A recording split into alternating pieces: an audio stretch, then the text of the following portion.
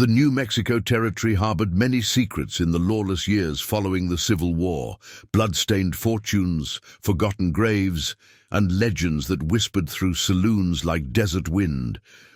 But perhaps no secret was greater than the true identity of Eleanor Sweet Belle Thompson, the gentle widow who ran the Sagebrush Inn at the edge of Rattlesnake Gulch.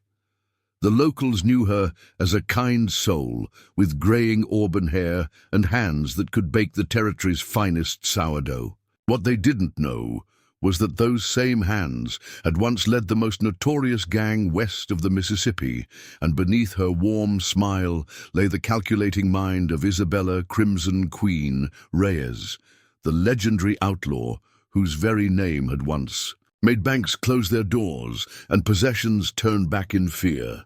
Before we jump back in, tell us where you're tuning in from, and if this story touches you, make sure you're subscribed, because tomorrow I've saved something extra special for you. 10 years had passed since the Crimson Queen had vanished into myth, leaving behind a trail of empty bank vaults and whispered stories. Most assumed she'd died in the Great Galveston Fire that claimed so many lives. Others swore she'd escaped to Mexico with her fortune. None suspected she was serving coffee and fresh-baked bread to weary travelers, building a quiet life far from her bloody past. But fate has a way of finding those who wish to remain hidden, and the arrival of the brutal Morrison gang would soon force the Queen to decide whether some secrets are worth dying to keep or killing to protect. Rattlesnake Gulch wasn't much to look at in the summer of 1878, just a scattered collection of sun-bleached buildings huddled against the merciless New Mexico heat. The town had sprung up around a natural spring that native tribes had long considered sacred, though there was nothing particularly holy about the mix of miners, ranchers, and drifters who now called it home. It was the kind of place most folks passed through and promptly forgot, which was exactly why Eleanor Thompson had chosen it. The Sagebrush Inn stood apart from the main street, a 2-story adobe structure surrounded by a carefully tended garden where herbs and vegetables thrived. Despite the harsh climate, Eleanor had purchased the property 5 years earlier from a discouraged missionary for a handful of gold eagles that no one thought to question. She'd transformed the former mission into a respectable establishment known for its clean rooms, good food, and the proprietor's uncanny ability to calm even the rowdiest guests with nothing more than a steady gaze and gentle word. "More coffee, Mr. Martinez." Eleanor's voice carried its usual warmth as she approached a table where the local blacksmith sat nursing his morning brew. Her silver-streaked auburn hair was neatly pinned back, her dress simple but well-made, every inch the respectable widow she appeared to be. "Thank you kindly, Mrs. Thompson." Diego Martinez offered a tired smile as she refilled his cup. Like most of the townspeople, he'd grown fond of the widow since her arrival. "Hear about the trouble over in Mesa Verde?" Eleanor's hands remained steady as she poured, though something flickered behind her green eyes. "I try not to pay much attention to gossip, Mr. Martinez." "Ain't gossip this time. The Morrison gang hit the bank there yesterday. Killed 3 people, including the sheriff." He shook his head grimly. "They're moving this way, word is. Sheriff Parker's organizing a militia, but Mesa Verde had a sheriff too," Eleanor finished softly. She set the coffee pot down with deliberate care, her movements precise in a way that might have seemed odd to a more observant witness. "Well, I suppose we'll all need to be extra cautious until they're caught." What Diego didn't notice, what none of them noticed, was how Eleanor's right hand briefly brushed the silver locket at her throat, a gesture that had nothing to do with widow's grief and everything to do with muscle memory. The locket's chain was sturdy enough to garrote a man, just as the modest ring on her finger concealed a poison compartment that had served her well in past lives. The breakfast crowd slowly thinned as the sun climbed higher, locals heading to their daily labors, while the few overnight guests set out for distant destinations. Eleanor moved through her morning routine with practiced efficiency, cleaning tables, kneading bread dough, checking in on old Sarah who helped with the laundry. But beneath the domestic tranquility, her mind was working with the strategic precision that had once made her the most successful outlaw leader in 3 territories. The Morrison gang. She'd heard of them, of course, led by 3 brothers, Victor, Randall, and young Theo Morrison. They were exactly the kind of brutal, undisciplined thugs she'd always despised, even in her outlawing days. The Crimson Queens. Gang had been different. They'd been professionals who lived by a code: no killing unless absolutely necessary, no harming women or children, no senseless violence. The Morrisons were rabid dogs by comparison. Mrs. Thompson, a voice pulled her from her thoughts. Rebecca Chen, who ran the general store, stood in the doorway looking concerned. "Got a moment?" Eleanor wiped her hands on her apron, offering her usual gentle smile. "Of course, Rebecca, come in. I just took a fresh loaf from the oven." The younger woman followed her to the kitchen but declined the offered bread. "It's about the Morrisons. Sheriff Parker's calling a town meeting tonight. He wants everyone there, especially," she hesitated, "especially women living alone." Eleanor's voice held a hint of amusement. "Don't worry about me, dear. I've managed quite well on my own these past years." Rebecca shifted uncomfortably. "It's not just that. There's rumors about them, about what they do to women in the towns. They raid, and you out here alone." "The Lord provides," Eleanor replied softly, the irony of using her cover story's piety lost on her visitor. In truth, the Lord had very little to do with the shotgun hidden beneath the bar or the derringer, strapped to her thigh. "But I appreciate your concern." After Rebecca left, Eleanor stood at her kitchen window, watching heat waves distort the desert landscape. Her hands moved automatically through the familiar motion of kneading dough, while her mind catalogued resources and options. The inn's position on the outskirts of town, once chosen for privacy, now presented tactical challenges. The second floor offered good sightlines, but the surrounding terrain provided too much cover for potential attackers. She had weapons cached throughout the building, but not nearly the arsenal she'd once commanded. Most troubling was the question of exposure. A confrontation with the Morrisons would draw attention she couldn't afford. The Crimson Queen might be considered dead by most, but there were still substantial bounties on her head in several territories. All it would take was one person making the connection. The sound of approaching horses drew her attention. Through the wavering heat, she spotted 3 riders approaching from the east, trail-worn men with the hard eyes and casual alertness that marked them as something more dangerous than simple travelers. Not the Morrisons themselves, but likely scouts testing the town's defenses. Eleanor adjusted her apron, touched the locket at her throat, and prepared to greet her guests with the perfect blend of maternal concern and mild timidity that had become her armor. But beneath the widow's gentle facade, the Crimson Queen was awakening from her long slumber, ready to prove that the most dangerous predator is often the one hiding in plain sight. As she moved to open the door, a wry smile touched her lips. She'd spent 10 years building this peaceful life, walking away from power and violence to seek something quieter. But she hadn't survived this long by being naive. Sometimes the past rides up to your door, no matter how far you run. And when it does, you better be ready to either serve it tea or put it in the ground. The bell above the door chimed as the first rider dismounted. Eleanor Thompson smoothed her apron and prepared to welcome them with a widow's smile. But it was Isabella Reyes, the Crimson Queen herself, who began calculating angles of attack and planning for the blood that would soon stain the desert sand. The game was about to begin, and she intended to be the only one left standing when it ended. The 3 men who dismounted in front of the Sagebrush Inn bore the dust of long travel, but Eleanor's practiced eye noted details others might miss. Their horses were well cared for, despite the trail grime. smart riders who knew the value of good mounts. Their guns were worn in their holsters with the comfortable familiarity of men who used them often. Most telling was their positioning as they approached, unconsciously spreading out to cover all angles of approach, a habit born of years of violent experience. "Welcome to the Sagebrush Inn, gentlemen," Eleanor called out, pitching her voice with just the right note of matronly welcome. "You look like you could use a good meal and some rest." The leader, a weathered man with a scar bisecting his left eyebrow, touched his hat brim. "Much obliged, ma'am. Name's Carter. These are my associates, Mr. Walsh and Mr. Deacon."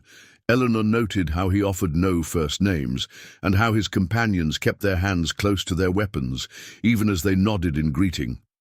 She'd used similar tactics herself in the old days, sending scouts ahead to assess potential targets, using false names and careful manners to avoid raising suspicion. "Please, come in out of the heat," she gestured toward the door.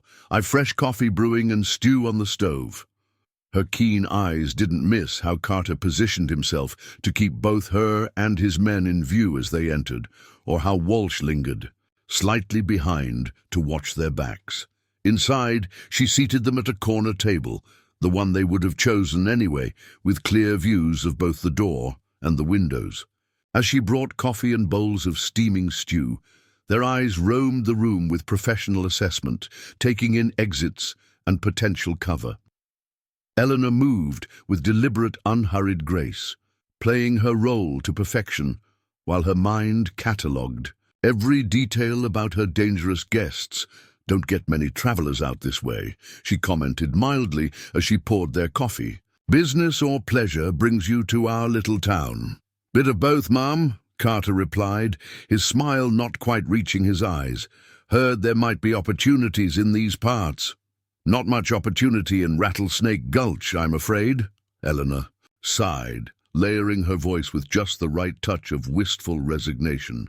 "Most folks just pass through on their way to somewhere else." "That's so?" Walsh spoke for the first time, his voice carrying a Texas drawl. "Seems like a nice, quiet place. Good place for folks who want to avoid complications." The implied threat was subtle but clear. Eleanor allowed a flicker of nervous confusion to cross her face, just what they'd expect from a simple widow.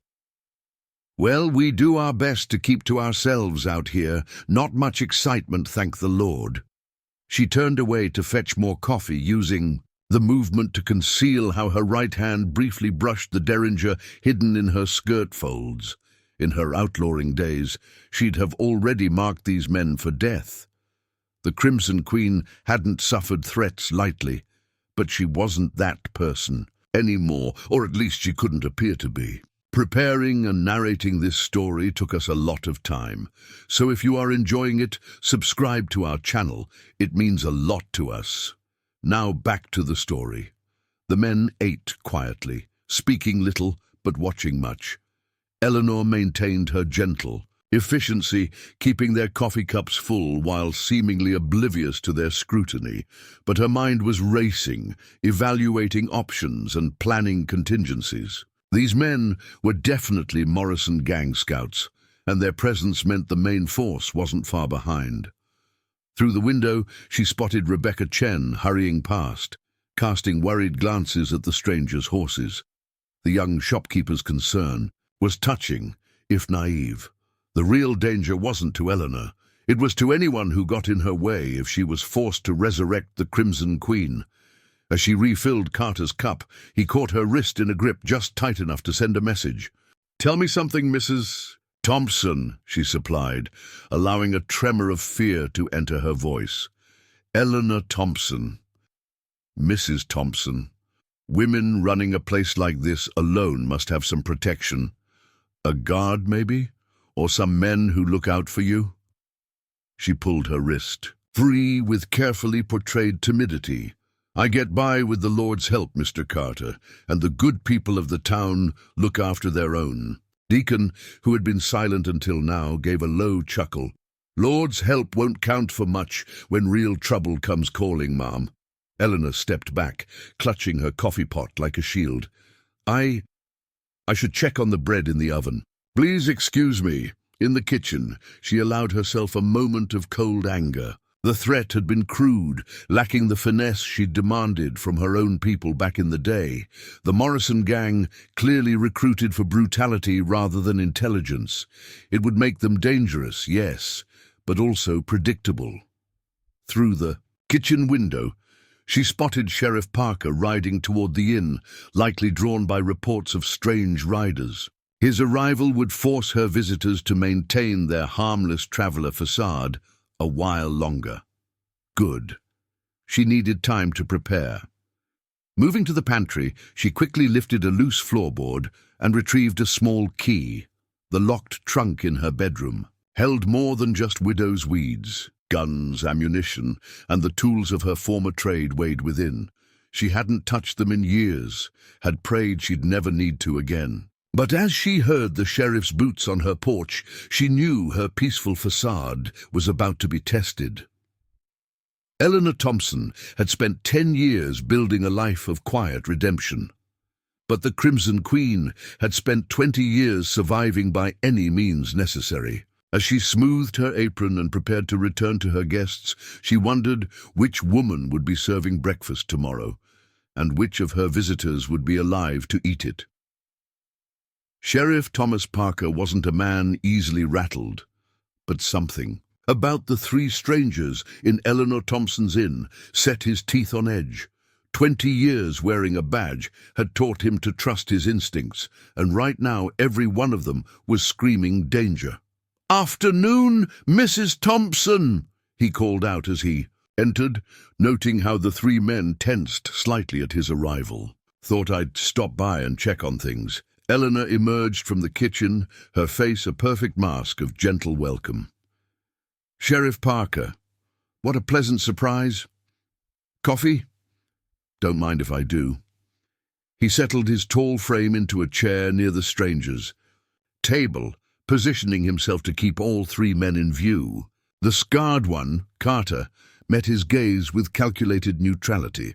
"Just passing through, Sheriff," Carter offered without being asked. "Fine establishment Mrs. Thompson runs here." Parker nodded slowly, accepting the coffee Eleanor poured.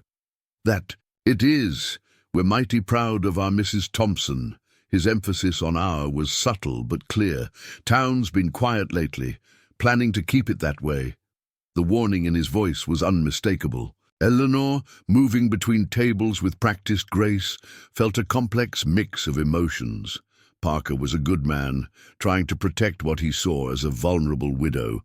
If he only knew she'd once led men like these on raids that made the Morrison gang look like amateur hour. "More coffee, Mr. Carter?" she asked, maintaining her role perfectly. Her hands remained steady as she poured, though her mind was racing through scenarios and contingencies. The timing of Parker's arrival was both helpful and complicated. His presence would keep the scouts in check, but it also meant more witnesses. If things went wrong, "Thank you kindly, ma'am." Carter's politeness had taken on a strained edge. "My friends and I were just discussing moving on soon. Got business further west." "So soon." Eleanor allowed just the right note of disappointed hospitality to color her voice. "I was about to take fresh bread from the oven." The conversation was a dance of hidden meanings and veiled threats, reminiscent of the diplomatic maneuvering she'd once conducted with rival gang leaders, but where the Crimson Queen would have met such challenges with subtle displays of power, Eleanor Thompson could only offer coffee and concerned glances. Through her window, she spotted Rebecca Chen, speaking animatedly with Diego Martinez outside the smithy. Word of the strangers was spreading through town, and with it the tension that preceded violence. She'd seen it before, in countless small towns across the territories. Fear had a way of turning neighbors into either allies or obstacles. "Mrs. Thompson?" Sheriff Parker's voice drew her attention back. "Might have a word in private?" She nodded, leading him to the kitchen, while the three visitors exchanged meaningful looks. The kitchen's heavy adobe walls would muffle conversation, but she positioned herself where she could still watch the dining room through the serving window. "Those men," Parker began without preamble, keeping his voice low. "They trouble you?" Eleanor allowed a slight tremor to enter her voice. "Not directly, Sheriff, but something about them." "Yeah." His weathered face creased with concern. "Got word this morning.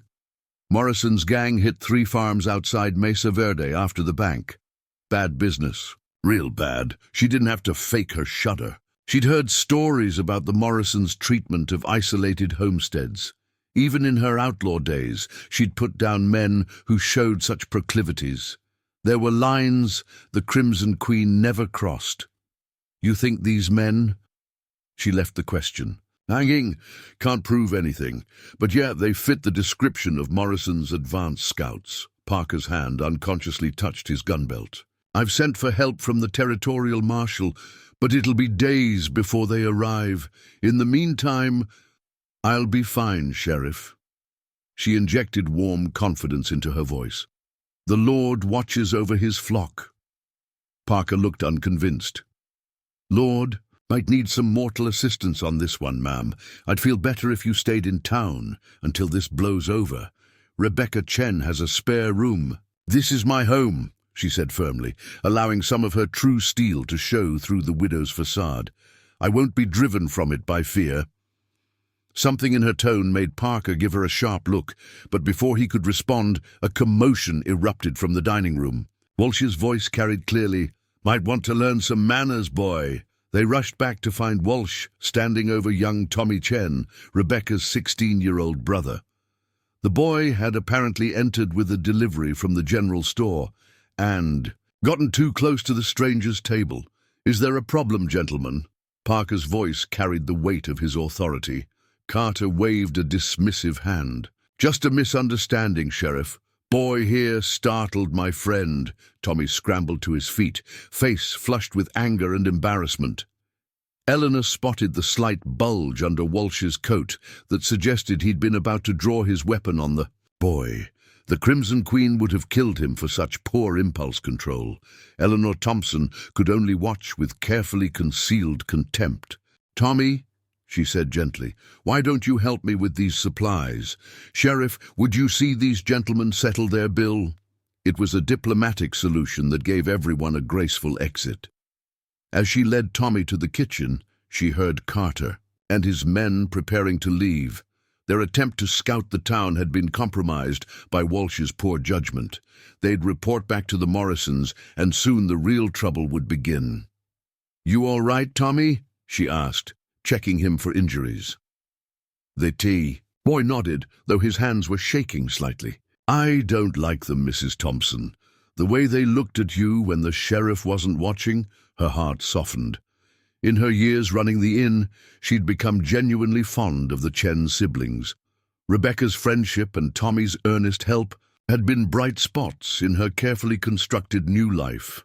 The thought of the Morrisons threatening them stirred something dangerous in her soul. "Sometimes men mistake kindness for weakness," she told him, unconsciously echoing words she'd once used in a very different context. "But the Lord has ways of protecting his own." After everyone had gone, the scouts riding east despite their claimed western business, Parker returning to town with clear reluctance, Eleanor began her preparations. The trunk in her bedroom yielded familiar treasures, a matched pair of Remington revolvers, their grips worn smooth by years of use, a Winchester rifle that had seen her through countless tight spots, ammunition, gun oil, and the tools of her former trade. As she worked, muscle memory took over. Her hands remembered the rhythms of cleaning and loading, the precise movements that had once made her legend. The Crimson Queen had been more than just an outlaw leader. She'd been a symbol of precision and professionalism in a world of crude violence. Her gang had been feared not for brutality, but for ruthless competence. A knock at the door made her quickly hide the weapons. Rebecca Chen entered, carrying a basket of fresh vegetables. "Mrs. Thompson, I brought you some. Are you all right?" "You look just tired, dear." Eleanor forced a smile. "It's been an eventful day." Rebecca set down her basket, wringing her hands nervously. "The whole town's talking. Those men, the Morrison gang. Sheriff Parker called another meeting tonight. I heard. Eleanor began putting away the vegetables, using the movement to conceal. How her mind was already plotting defensive positions and fields of fire. The inn's position on the outskirts had tactical advantages she hadn't considered when buying it. Good sightlines to the approach roads, elevated ground that commanded the surrounding terrain. "You should come stay with us," Rebecca pressed. "Please. After what happened with Tommy, I'll be fine." Eleanor touched the younger woman's shoulder reassuringly. "You focus on keeping your brother safe. These troubled times will pass." But as Rebecca left, Eleanor knew the time for passive waiting was ending. The Morrison gang wouldn't be content just to rob the bank. They'd want to make an example of the town, establish their reputation through terror and blood. It was a crude strategy she'd seen too many times before. Standing at her window, watching the sun paint the desert gold, Eleanor Thompson felt the last decade of peaceful existence beginning to crack. She'd built this life carefully, brick by brick, relationship by relationship. She'd found a kind of redemption in serving others rather than commanding them, in nurturing rather than destroying. But as the shadows lengthened across her carefully tended garden, she felt the Crimson Queen stirring to life in her soul. The question was no longer whether her past would resurface, but how many would die when it did. She touched the locket at her throat, remembering the weight of leadership and the price of power.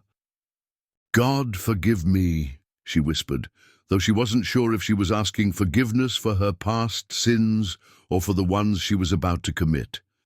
The sun sank behind the mountains, and in the growing darkness, Eleanor Thompson began to fade away, leaving only the deadly precision of the Crimson Queen. Later that evening, as she prepared for the town meeting, Eleanor heard horses approaching. Her hand instinctively moved to the derringer hidden in her skirts, but it was only Dr. Sarah Blackwood, the town's physician, riding up with her medical bag. "Evening, Eleanor," the doctor called out, dismounting with the ease of someone who spent more time on horseback than in an office. "Thought I'd check on you before the meeting." Eleanor relaxed slightly. Sarah Blackwood was perhaps the closest thing she had to a true friend in Rattlesnake Gulch. The doctor was a woman who understood the need for reinvention. She'd arrived 3 years ago with her own secrets, though Eleanor suspected they had more to do with a broken heart in Boston than a criminal past. "Come in, Sarah. I just made fresh tea." In the kitchen, the two women shared a quiet moment as the last light faded outside. Sarah's keen eyes studied Eleanor's face. "You're preparing for trouble." It wasn't a question. Eleanor poured tea with steady hands. "A woman in my position must always be prepared." "A woman in your position," Sarah repeated softly.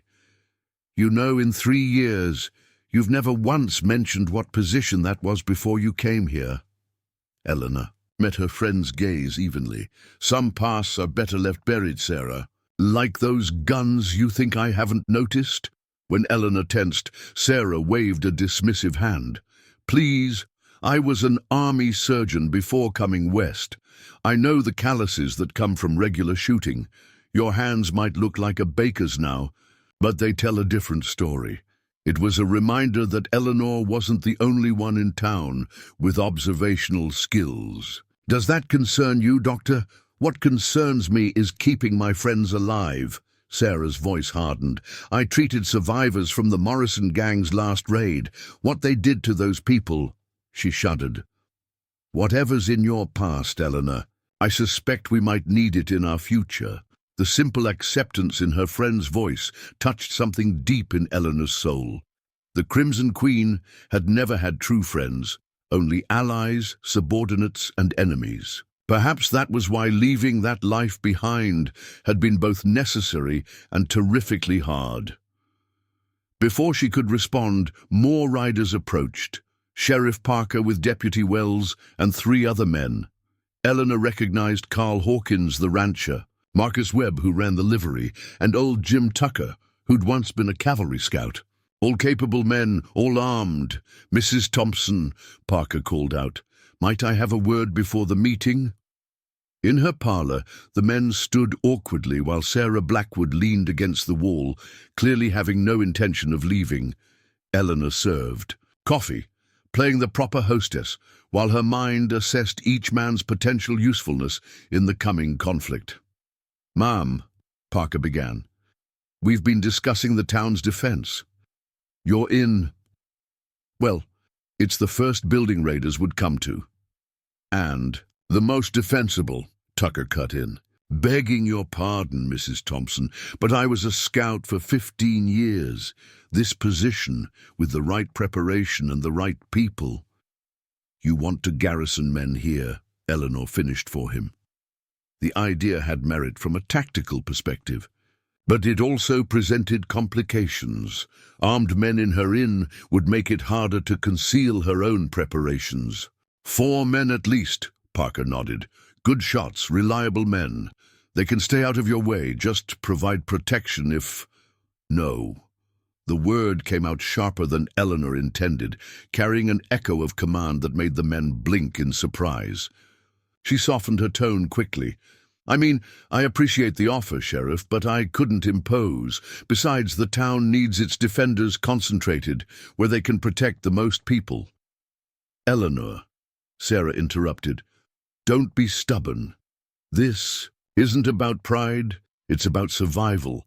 But it wasn't pride that made Eleanor refuse. It was practical. The coming fight would require the Crimson Queen's skills, and those couldn't be deployed with witnesses present. Better to be thought stubborn than to risk exposure. "I have my reasons," she said firmly. "Now, shouldn't we be heading to the meeting?" As they rode into town, Eleanor having finally accepted Sarah's insistence on escorting her, she noted how the atmosphere had changed since morning. Doors were barred, windows shuttered. Armed men stood watch on rooftops. Fear had transformed the peaceful town into an armed camp. The meeting hall was packed, the air thick with tension and tobacco smoke. Eleanor took a seat near the back, observing the crowd with professional interest.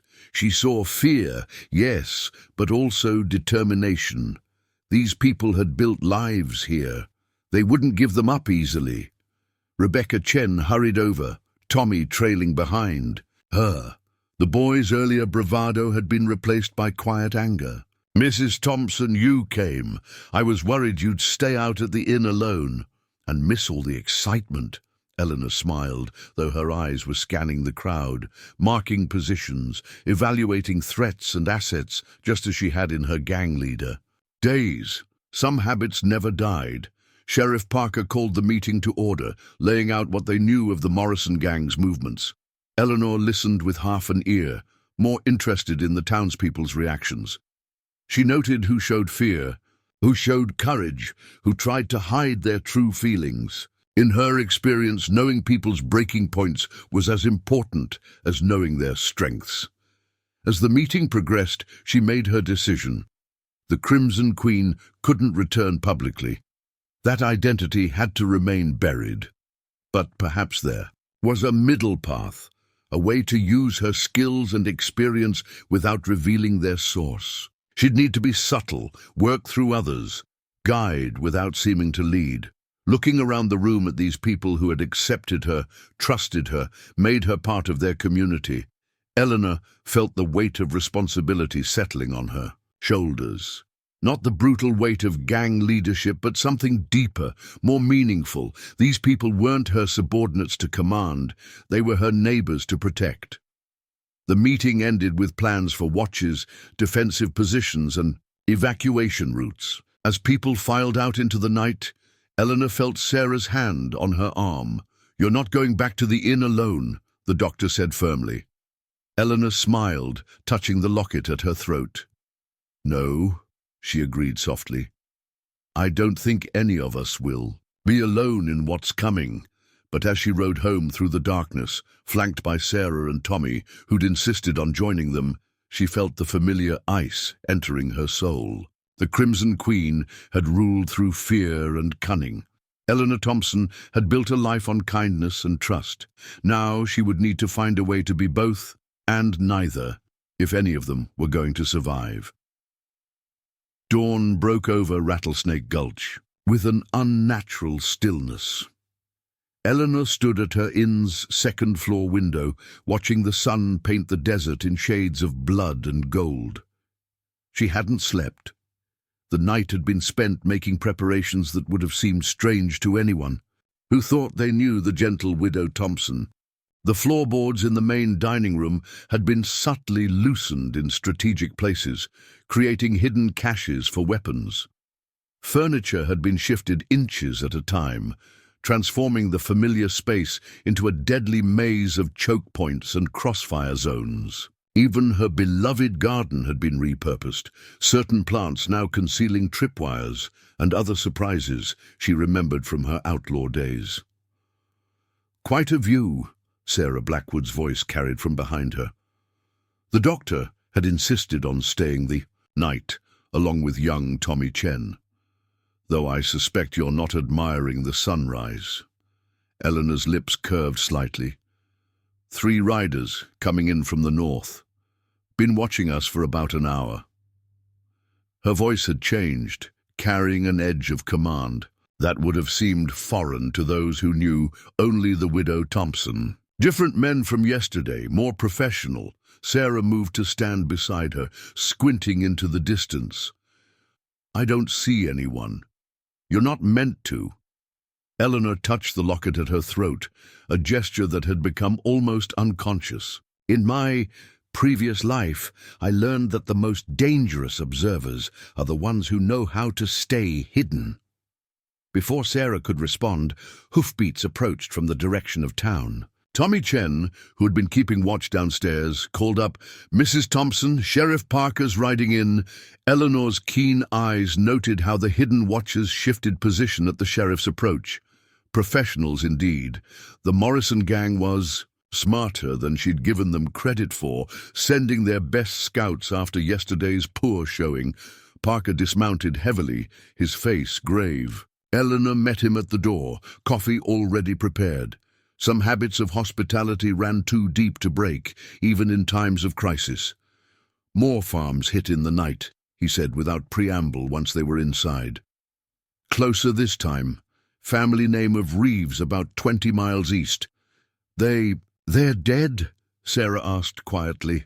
Parker nodded grimly. "All except the eldest daughter. Found her walking down the road in her nightgown, mind broken by what she saw." He turned to Eleanor. "Mrs. Thompson, I'm not asking any more. You need to come into town. Now." Eleanor poured coffee with steady hands, her mind racing. The Morrisons were sending a message, demonstrating what happened to those who didn't submit to their terror. It was a crude tactic, one she would never have employed in her Crimson Queen days. Fear was a useful tool, but there were more efficient ways to employ it than random brutality. "I appreciate your concern, Sheriff," she said softly, "but I have preparations of my own to make." "Preparations?" Parker's voice rose slightly. "Ma'am, with all due respect, what preparations could possibly—" The sound of approaching riders cut him off. Through her carefully positioned mirrors, Eleanor caught glimpses of men approaching from multiple directions. Too many for another. "Scouting party. Tommy," she called out calmly, "be a dear and fetch my shawl from upstairs, the blue one." It was a prearranged signal. The boy immediately headed upstairs to the defensive position they'd prepared the night before. "Sarah, perhaps you could check our medical supplies." Another coded message. The doctor nodded and moved smoothly toward the kitchen where a loaded shotgun waited. "Mrs. Thompson," Parker started, but she cut him off with a gesture that carried echoes of command. "Sheriff, I believe we're about to have visitors, hostile ones." Her voice had changed completely, losing all trace of the widow's gentle tones. "You can either trust that I know what I'm doing, or you can interfere and likely get us all killed.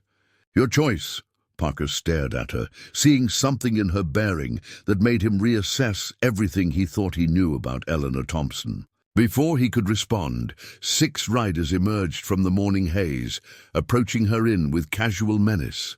Eleanor recognized their leader immediately from wanted posters and whispered descriptions. Victor Morrison himself, the eldest and most brutal of the Morrison brothers. He was a big man with a face like carved granite and eyes that reminded her of a rattlesnake's cold gaze. "Well, well," Morrison's voice boomed across her yard. "The famous Widow Thompson. Heard you were entertaining. Some friends of mine." Eleanor stepped onto her porch, portraying the perfect image of a concerned hostess. "Mr. Morrison, I presume. Your men mentioned you might be passing through." Every word was carefully chosen, letting him know she'd recognized his scouts while maintaining her harmless facade. Morrison's eyes narrowed slightly. Behind him, his men spread out in a standard attack formation. Eleanor noted their positions with professional appreciation, even as she counted weapons and evaluated threats. These weren't common bandits. They moved with military precision. "Passing through?" Morrison smiled, showing too many teeth. "Yes, ma'am, you might say that. Though how long we stay depends on how hospitable the locals prove to be." Parker had moved to stand beside Eleanor, his hand near his gun. She wanted to tell him to stand down. He was good with a gun, but this wasn't his kind of fight. This was the kind of deadly game she'd played as the Crimson Queen, where every word carried hidden meaning and violence lurked beneath civil exchanges. "I'm sure we can come to an arrangement," Eleanor said smoothly. "Perhaps if you and your men would care to come in, we could discuss terms over coffee." Morrison's laugh was harsh. "Ain't here for coffee, ma'am. Way I hear it, you've been giving shelter to men who mean me and mine harm. Sheriff Parker here, for instance, has been asking too many questions about my business." "Simply doing my job," Parker said firmly, though Eleanor felt him tense beside her. "Your job." Morrison spat too. "One side, your job's about to change, lawman. From here on out, you work for me. This town, these people, they're mine now. Everyone gives different answers to my brothers." As if on cue, more riders appeared. At least 15 men, including Randall and Theo Morrison. They'd surrounded the inn while their leader talked. A tactic Eleanor herself had used many times. But they'd made one crucial mistake. They thought they were dealing with a widow and a small-town sheriff. They had no idea they were facing the legendary Crimson Queen. "I'm afraid that won't be possible," Eleanor said softly, her voice carrying that deadly calm her old gang members had learned to fear. "You see, Mr. Morrison, some of us have seen your kind before. Men who mistake brutality for strength, who think terror is the same as respect." Something in her tone made Morrison's snake eyes narrow further. Behind him, his more experienced men shifted uneasily in their saddles, sensing something dangerous in this seemingly harmless woman. "Careful, woman," Morrison growled. "Braver folks than you have learned the price of defiance." Eleanor's smile was cold as desert frost. "Have they? Or have you simply never met anyone who knows exactly how many men it takes to die before a gang loses its appetite for blood?" The threat was subtle, but clear. Morrison's face darkened with rage. "Burn it," he snarled to his men. "Burn it all, and then with it, make an example." But as his men moved to comply, Eleanor's careful preparations came into play. Tommy, positioned upstairs with her old Winchester, fired first, taking Morrison's hat off with surgical precision.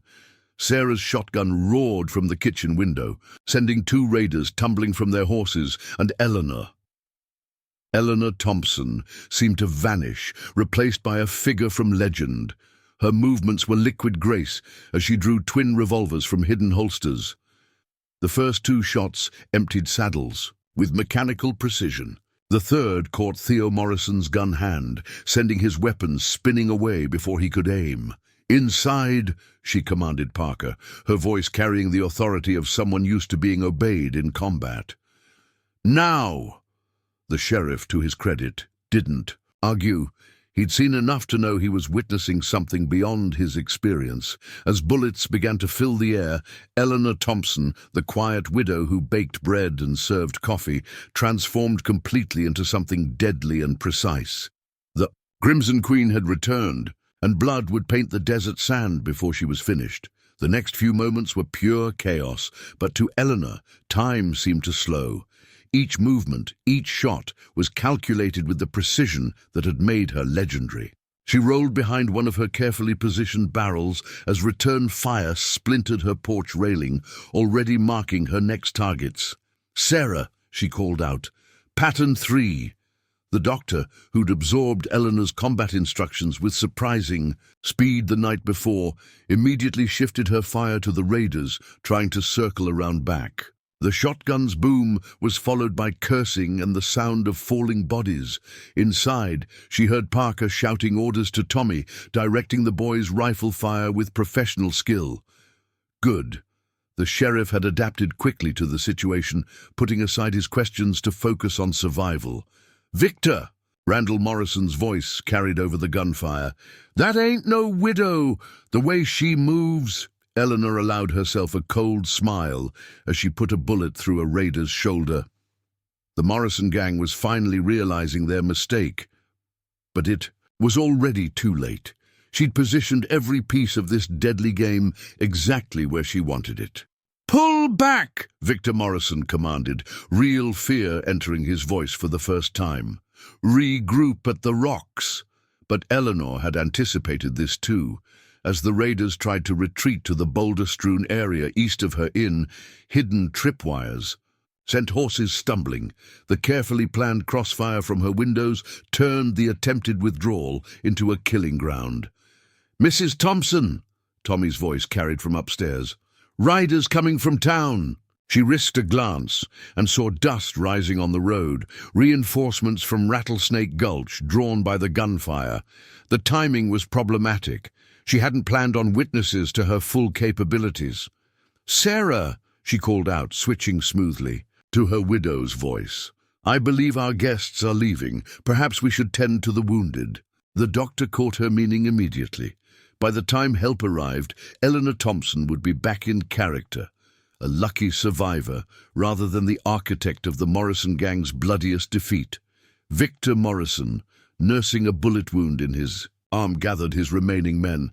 "This ain't over," he shouted, rage and humiliation warring in his voice. "You hear me, woman? We're coming back with enough men to burn this place to the ground." Eleanor stepped back onto her bullet-riddled porch, making sure the approaching townspeople were close enough to hear her response. "Mr. Morrison," she called out, her voice carrying just the right note of matronly disappointment, "I do wish you'd reconsider. I just baked fresh apple pie." The incongruity of her words, delivered while dead and wounded men lay scattered across her yard, seemed to unnerve Morrison more than any threat could have. He wheeled his horse around, leading his chastened forces in a retreat that bordered. En route, Jim Tucker arrived first, with a group of armed townsmen, their horses lathered from hard riding. They pulled up short, staring at the scene of carnage before them. "Mrs. Thompson." Tucker's voice carried equal parts awe and disbelief. "Are you... What happened here?" Eleanor was already shifting back into her widow persona, though she kept her hands close to her hidden weapons. "Oh, Mr. Tucker, thank heavens you've come. Those horrible men..." She let her voice tremble slightly. "If it weren't for Sheriff Parker's bravery and dear Sarah's presence of mind with Father's old shotgun..." Parker, emerging from the inn, gave her a long look, but played along. "Seems our Mrs. Thompson is full of surprises. Had the presence of mind to send Tommy upstairs with a rifle while we held them off." Sarah joined them, her doctor's instincts taking over as she moved to check the wounded raiders. "Some of these men need immediate attention. Mr. Tucker, could you send someone for my supplies from the clinic?" The scene quickly transformed into one of organized chaos as more townspeople arrived. Eleanor moved through it all with perfect composure, serving coffee to the shocked defenders while providing a carefully edited version of events that credited luck and the sheriff's leadership for their survival. But she knew this was only the beginning. Victor Morrison had recognized something in her movements, something that would nag at his memory. He'd be back, and next time he'd bring an army. Later, after the wounded had been tended and the dead carried away, Sarah cornered her in the kitchen. "Want to tell me what really happened out there?" the doctor demanded quietly. "Because I've seen combat medicine in the war, and those weren't the wounds of a lucky defense. Those men were taken apart by someone who knew exactly what they were doing." Eleanor met her friend's gaze steadily. "Would the truth make you think less of me?" "The truth," Sarah replied, "is that you just saved all our lives with skills no simple widow should possess. I'm not sure I want to know where you learned them, but I'm damn glad you did." Before Eleanor could respond, Parker joined them. The sheriff's weathered face was troubled. "Ma'am, we need to talk about what happened." "Here." "About who you really are." "Do we, Sheriff?" Eleanor's voice carried a warning edge. "Or do we need to focus on preparing for what's coming next?" Parker studied her for a long moment. "Those men you killed, 3 of them were former cavalry. 2 more were experienced gunmen with prices on their heads. No ordinary woman could have—" "Perhaps," Eleanor cut him off gently, "there are questions better left unasked, especially when the answers might complicate your duty as a lawman." Understanding dawned in Parker's eyes. Whatever suspicions he had about her true identity, he was choosing to let them rest. Sometimes, he realized, justice wore strange disguises. The rest of the day passed in a blur of activity. Eleanor supervised repairs to her inn while quietly repositioning her defenses. The Morrison gang would analyze their failure, adapt their tactics. Next time, they'd be ready for a fight. But so would she. As she worked, her mind was already spinning plans within plans. The Crimson Queen hadn't survived so long by being predictable. Victor Morrison thought he'd faced her best defense, but he had no idea what she was truly capable of. Tommy Chen, helping her board up broken windows, paused in his work. "Mrs. Thompson, can you teach me to shoot like that?" She looked at the boy thoughtfully. In her outlaw days, she'd trained many young recruits, molding them into the most disciplined gang in the territories. But that had been different. They'd chosen that life. Tommy deserved better. "Some skills," she said carefully, "come with a price that's too high for good people to pay. Better you learn from Sheriff Parker. He'll teach you to protect what matters without losing yourself." But as she watched the sun set through her damaged windows, Eleanor knew she was past such concerns for herself. The Crimson Queen had been many things: outlaw, leader, legend, but never a protector. Now, watching the townsfolk work together to strengthen their defenses, she felt something new stirring in her soul. She'd spent 10 years hiding from her past, building a life based on gentle deception. But perhaps it was time for the Widow Thompson and the Crimson Queen to find a balance. Not for her own sake, but for the people who had given her a home when she'd needed one most. "More coffee, Sheriff," she called out, playing her role perfectly, even as her mind calculated ammunition stores and defensive positions. The coming storm would test them all, but she'd faced worse odds in her time. After all, as she'd once told her gang long ago, the most dangerous predator is the one everyone underestimates. Night fell over Rattlesnake Gulch like a velvet shroud, bringing with it an uneasy quiet. The day's violence had left its mark, bloodstains in the dust that no amount of scrubbing could fully erase, bullet holes in adobe walls, and most significantly, whispered questions about the Widow Thompson that no one quite dared to ask aloud.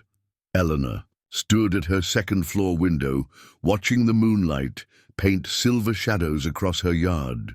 She'd spent the afternoon maintaining her carefully constructed facade, serving coffee to the townspeople who came to help with repairs, deflecting questions with gentle smiles, playing the role of the fortunate survivor.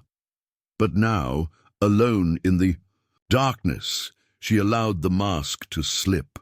The Winchester rifle was a comforting weight in her hands as she moved through her practiced scanning pattern, checking sightlines and potential approach routes. In the distance, she could see the flicker of campfires, Morrison's men, regrouping and plotting their revenge.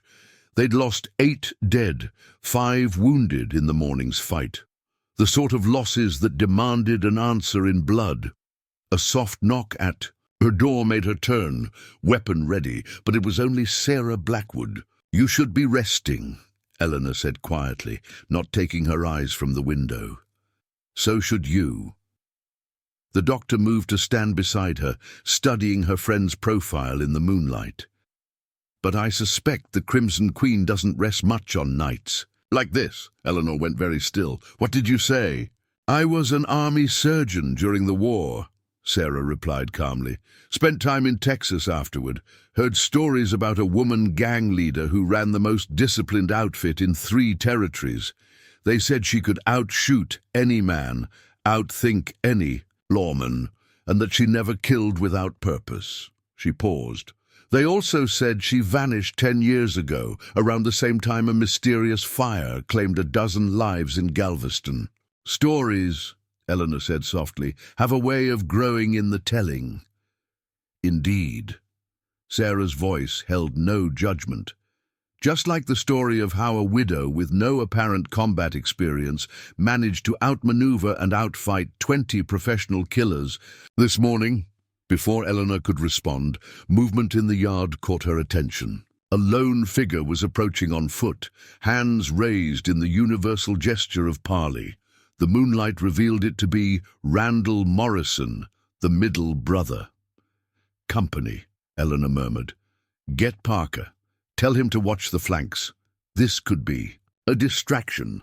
Sarah nodded and slipped away as Eleanor moved downstairs. She positioned herself carefully before opening the door, making sure any hidden shooters would find only shadows where she should be. "Evening, Mr. Morrison," she called out, her widow's voice perfectly modulated. "Rather late for social calls." "Randall." Morrison stopped at the edge of her porch. He was the least violent of the brothers, rumored to be the brains of their operation. "Mrs. Thompson, or should I say, Your Majesty." Eleanor's finger tightened slightly on her rifle's trigger. "I'm afraid I don't follow." "No." Morrison's voice carried a hint of satisfied triumph. "Funny thing about reputations. They linger. After this morning's excitement, I had a talk with some old-timers who rode with my outfit years back. They remembered stories about the Crimson Queen, about how she moved in a fight, just like you moved today." In the shadows, Eleanor allowed herself a cold smile. "Stories about outlaws are like tales of desert gold, Mr. Morrison. Everyone's heard them, but few can prove them true. Maybe." He took a careful step forward. "But Victor's convinced, says there's only one woman he's ever heard of who could fight like that. Course, if he's right, that presents us with quite an opportunity." "Does it?" "Way he figures either you're the Queen herself, in which case your bounty would set us up properly, or you're good enough to make folks believe you are. Either way, when word spreads about who's really running this little inn—" "Assuming," Eleanor interrupted softly, "anyone lived to spread such tales." The threat hung in the air between them. In the distance, Eleanor's keen ears caught the sound of horses, Parker and his men, moving into position around the inn's perimeter. "Could we come to an arrangement?" Randall offered. "Territories big enough for 2 legends. Combine our operations, split everything equal. Just like in the old days, when the Queen's word was law from Texas to California." For a moment, Eleanor felt the temptation. Not of power, she'd had her fill of that, but of simplicity. The outlaw's life had clear rules, uncomplicated loyalties. Being the Crimson Queen had been easier in many ways than maintaining the widow Thompson's careful deceptions. But then she thought of Tommy Chen's eager face as he helped repair her windows, of Rebecca's friendship, Sarah's quiet understanding, the town's trust. She built something real here, something that mattered more than power or reputation. "An interesting offer," she said finally, "but I'm afraid I must decline. You see, Mr. Morrison, I have pies in the oven." He stared at her, confused by the non sequitur, then stiffened as he felt the press of multiple rifle barrels emerging from the shadows around him. Sheriff Parker's men had him surrounded. "Ma'am," Parker's voice carried from the darkness, "everything all right?" "Perfectly fine, Sheriff," Eleanor replied pleasantly. "Mr. Morrison was just leaving, though." She let her voice harden slightly. "You might tell your brother that if he's so interested in old stories, he should remember how they end. The sea. Queen never left witnesses when she crossed." Randall Morrison backed away slowly, his face a mask of frustrated calculation. "This ain't over." "No," Eleanor agreed softly. "But it will be soon." After he'd gone, Parker emerged from the shadows. "Mind telling me what that was about?" "Just a man trying to make sense of things he doesn't understand." Eleanor deflected smoothly. "Coffee, Sheriff. It's going to be a long night." But as she served coffee to Parker and his men, Eleanor's mind was racing. The Morrison gang, knowing her true identity, complicated things enormously. It would bring bounty hunters, lawmen, old enemies looking to settle scores. Everything she'd built here could come crashing down. Yet strangely, she felt almost relieved. Maintaining the widow Thompson's perfect facade had been exhausting. Perhaps it was time to find a balance between who she had been and who she had become. In her kitchen, Sarah was preparing bandages for the inevitable next round of violence. "They'll spread the word about you," the doctor said quietly. "Every gunslinger and glory seeker west of the Mississippi will come looking for the Crimson Queen." "Let them come." Eleanor checked her revolvers with practiced ease. "I chose this place as a refuge, but maybe it was always meant to be a fortress. A line in the sand between chaos and civilization. And which side of that line do you stand on?" Eleanor's smile was complex. "Maybe there's a third path."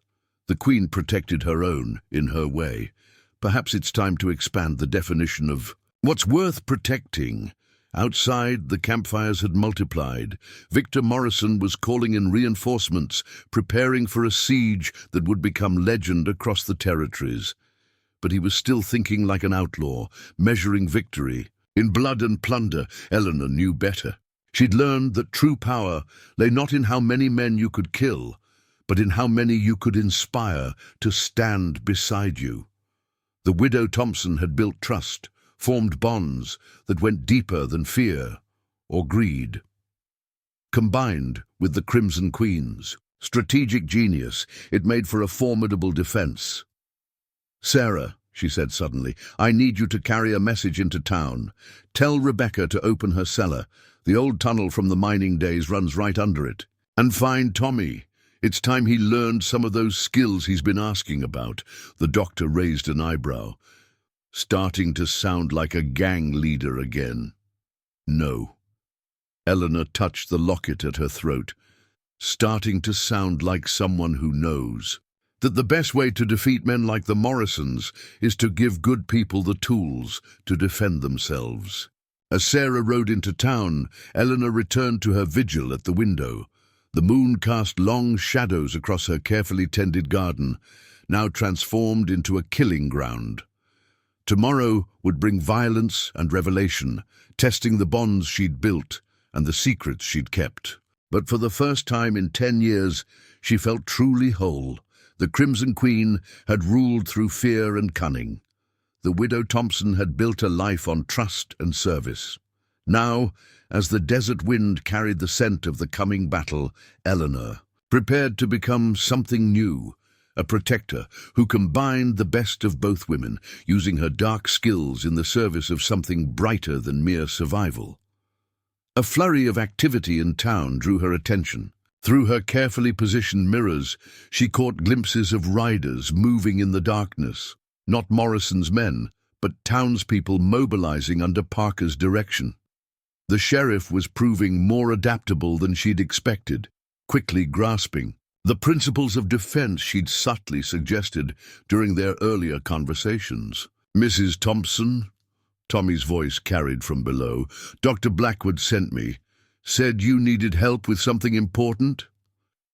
Eleanor smiled slightly. The boy had natural talent. She hadn't even heard him approach. "Come up, Tommy, and bring that rifle of yours."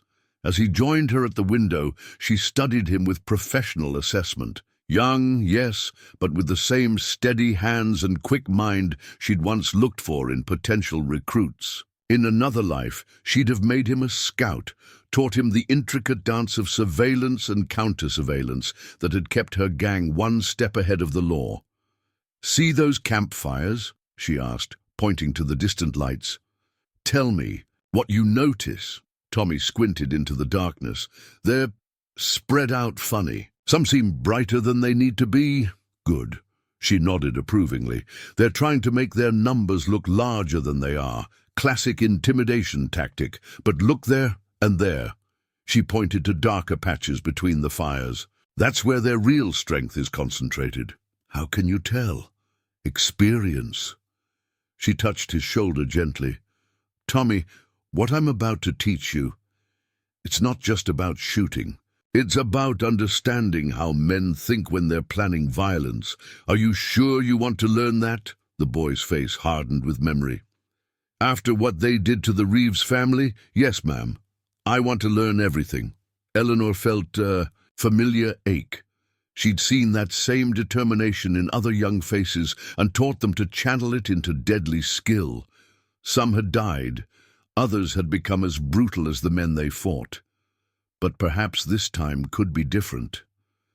Very well. She began explaining the basics of tactical observation, the same lessons she'd once used to train her elite scouts. But this time she added something new, wisdom about when not to fight, how to protect without destroying, ways to use skill as a deterrent rather than just a weapon.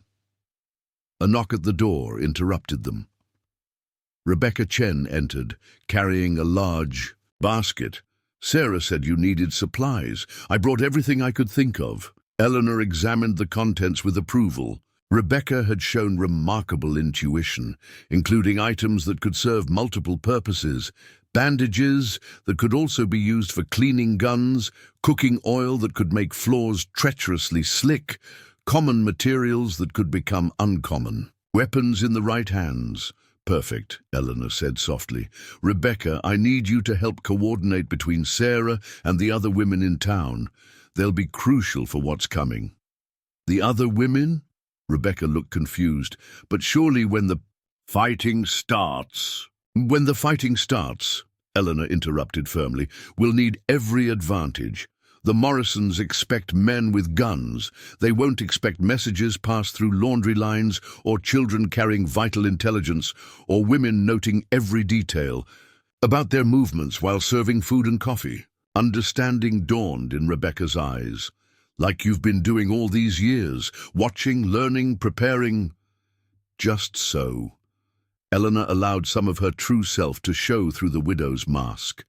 "A wise leader uses every resource, every advantage. The Morrisons think strength lies in violence alone. We'll show them otherwise." As if to punctuate her words, a shot rang out in the darkness.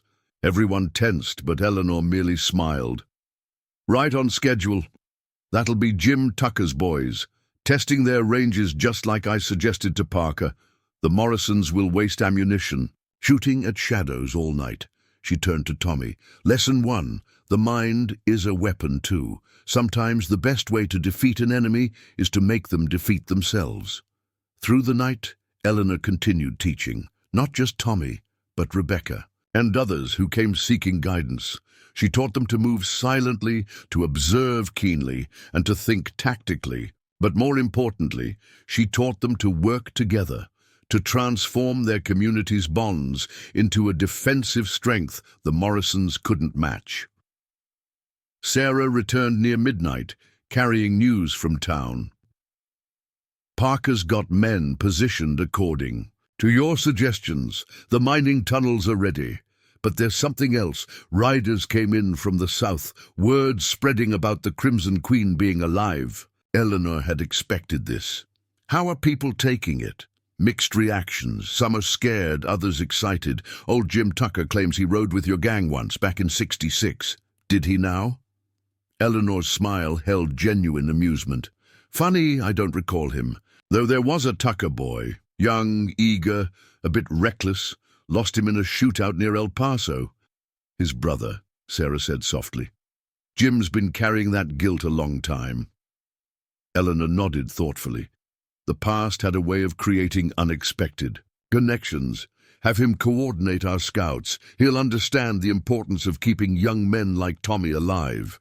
As the night deepened, more townspeople arrived seeking instruction or offering support.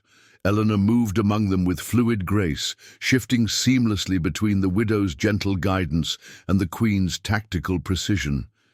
She was becoming something new, she realized. Not just a fusion of her two identities, but a leader of a different kind. Mrs. Thompson. It was Marcus Webb from the livery. Found something you might want. He held out a worn leather gun belt, the holsters clearly custom-made. For a smaller frame. Belonged to my sister.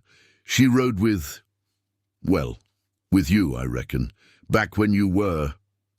I remember Maria, Eleanor said softly. She was brave and skilled. Saved my life in Tucson. Marcus nodded, fighting emotion. Died protecting innocent folks. For men like the Morrisons. Reckon she'd want you to have these back. Eleanor took the gun belt reverently. She remembered commissioning these holsters, designed specifically for quick drawing while riding. Maria had been one of her best deputies, embodying the code of honor that had set the Crimson Queen's gang apart from common bandits. I'll use them well, she promised, and Marcus, Maria would be proud of what you've built here. As she buckled on the familiar weight, Eleanor felt the last barriers between her two lives beginning to dissolve. The widow Thompson's compassion and the Queen's lethal skill were merging into something stronger than either alone. A defender who could nurture what was good while standing firmly against what was evil. Near dawn, she gathered her impromptu council, Sarah, Parker, Rebecca, and Tommy, in her kitchen. The same room where she'd served countless meals now became a war room, with maps spread across her familiar table. Tomorrow, she said quietly, the Morrisons will expect us to break, to run or surrender or die. They think they're facing a town defending itself. We need to show them they're facing something else entirely, a community that's learned to combine hospitality with strength, mercy with justice. Like you have? Sarah asked pointedly. Eleanor touched the locket at her throat. Perhaps that's what I've been learning these 10 years. The Queen fought for power, the widow fought for peace. Maybe it's time to fight for something greater, the right of good people to live without fear. As the first light of dawn painted the eastern sky, Eleanor Thompson stood at her window one final time. But now she stood differently, no longer hiding who she was, but embracing all of it. The gentle widow and the legendary outlaw had found common cause in protecting this place and these people. The Morrisons were about to learn a harsh lesson. The most dangerous force in the territory wasn't a gang of brutal killers or even a legendary outlaw queen. It was a community unified by trust and led by someone who understood both the power of compassion and the necessity of strength. Dawn broke over Rattlesnake Gulch, with the color of spilled blood, painting the desert in shades of crimson that seemed to herald the violence to come.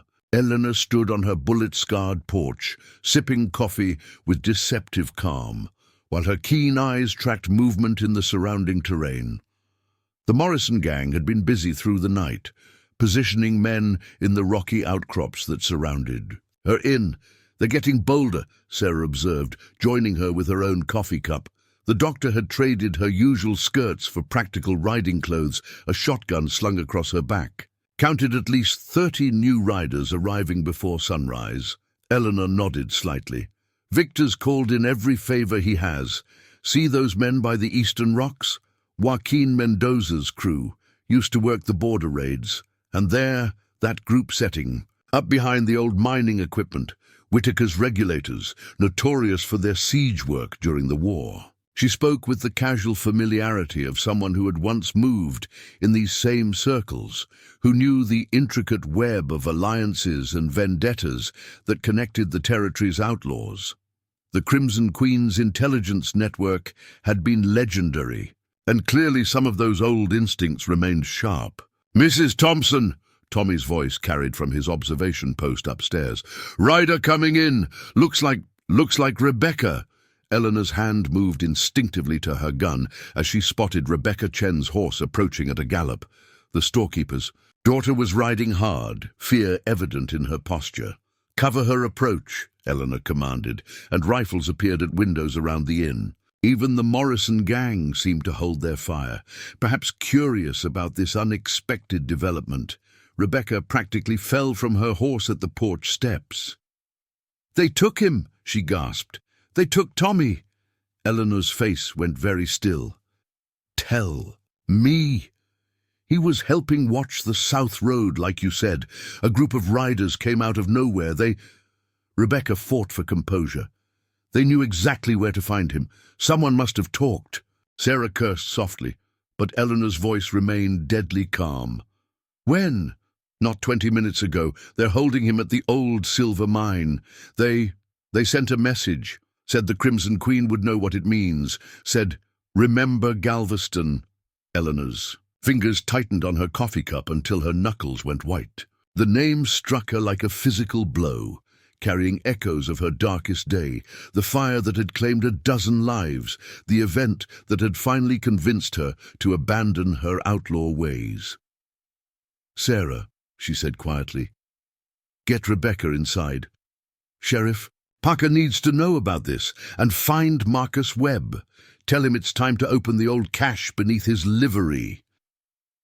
But as her friends moved to comply, Eleanor remained motionless on her porch, staring toward the distant hills where the abandoned silver mine waited. The morning sun caught the silver streaks in her hair, making them shine like heated steel. "Ma'am." One of Parker's deputies approached hesitantly.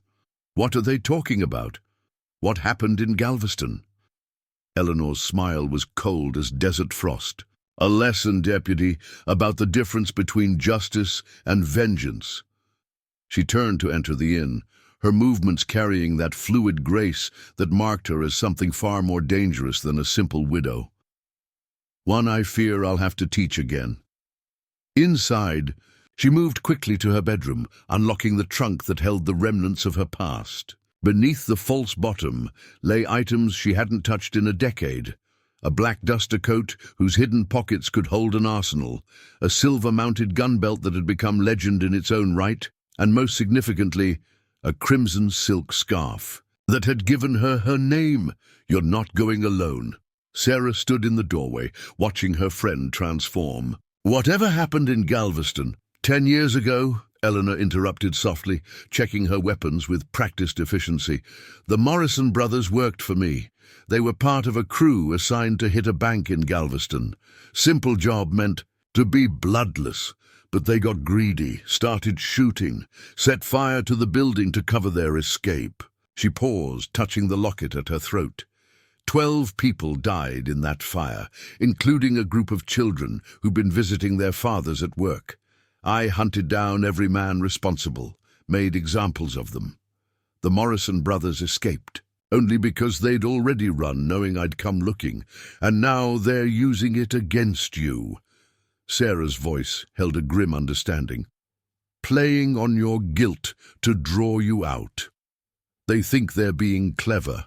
Eleanor's smile was terrible to behold. "They don't understand that Galveston wasn't just about vengeance. It was about justice, about showing that even outlaws must have a code." She buckled on Maria Webb's gun belt, feeling the familiar weight settle at her hips. The worn leather seemed to remember her, the custom holsters positioning her revolvers at exactly the right angle for the lightning-fast draw that had become legend. "The Queen died in Galveston," she continued, shrugging into the black duster. "Or at least that's what I wanted to believe. I thought I could leave that life behind, become someone different, someone better." "You did become better," Sarah insisted. "The whole town knows it. Even if they didn't know who you were, they knew what you stood for." "Perhaps." Eleanor tied the crimson scarf at her throat, the silk bright as fresh blood against her black coat. "But the Morrisons have forced my hand. They want the Queen. I'll show them what she was really like. Not just the violence they remember, but the justice they chose to forget." Movement outside caught their attention, riders approaching from town. Sheriff Parker led them, accompanied by Marcus Webb, Jim Tucker, and a dozen other determined-looking men. "Your army arrives," Sarah observed dryly, but Eleanor shook her head. "Not an army, a community. That's what the Morrisons never understood. True strength isn't about how many guns you have. It's about what you're willing to fight for." She descended to meet Parker and his men, her bearing transformed. Gone was any trace of the gentle widow Thompson. Each step carried the deadly grace of the Crimson Queen, the legend who had once ruled the territories through a combination of iron will and rigid principle. "Sheriff," she called out as they dismounted. "I assume you've heard?" Parker nodded, grimly. "Rebecca told us, Mrs. Thompson, or whoever you are, we're with you. These men volunteered." "The boy's my responsibility," she cut him off. "But I'll need you here. The Morrisons will expect us to focus on the mine, leaving the town vulnerable. That's their real play." "And Tommy?" Marcus demanded. "We can't just—" "Trust me." Eleanor's voice carried absolute authority. "I've handled worse odds. What I need from you is to protect what matters. The town, the people, everything we've built here." She surveyed the group, seeing not just armed men, but representatives of the community she'd grown to love. Marcus Webb, who shared his sister's courage. Jim Tucker, carrying his brother's memory. Sheriff Parker, who understood that sometimes justice wore unexpected faces. "The Morrisons think they're clever," she continued, her voice carrying across the yard, "using an innocent boy to draw out the Queen. But they've forgotten something important, something they should have remembered from Galveston." "What's that?" someone asked. Eleanor's smile was cold as desert steel. "The Queen protected her own, and now, after 10 years of peace, they've finally given me a reason to show them why that made me so dangerous." She checked her weapons one final time, each movement precise and practiced. The twin Remingtons gleamed in the morning sun, and the Winchester rifle across her back caught the light like a promise of violence to come.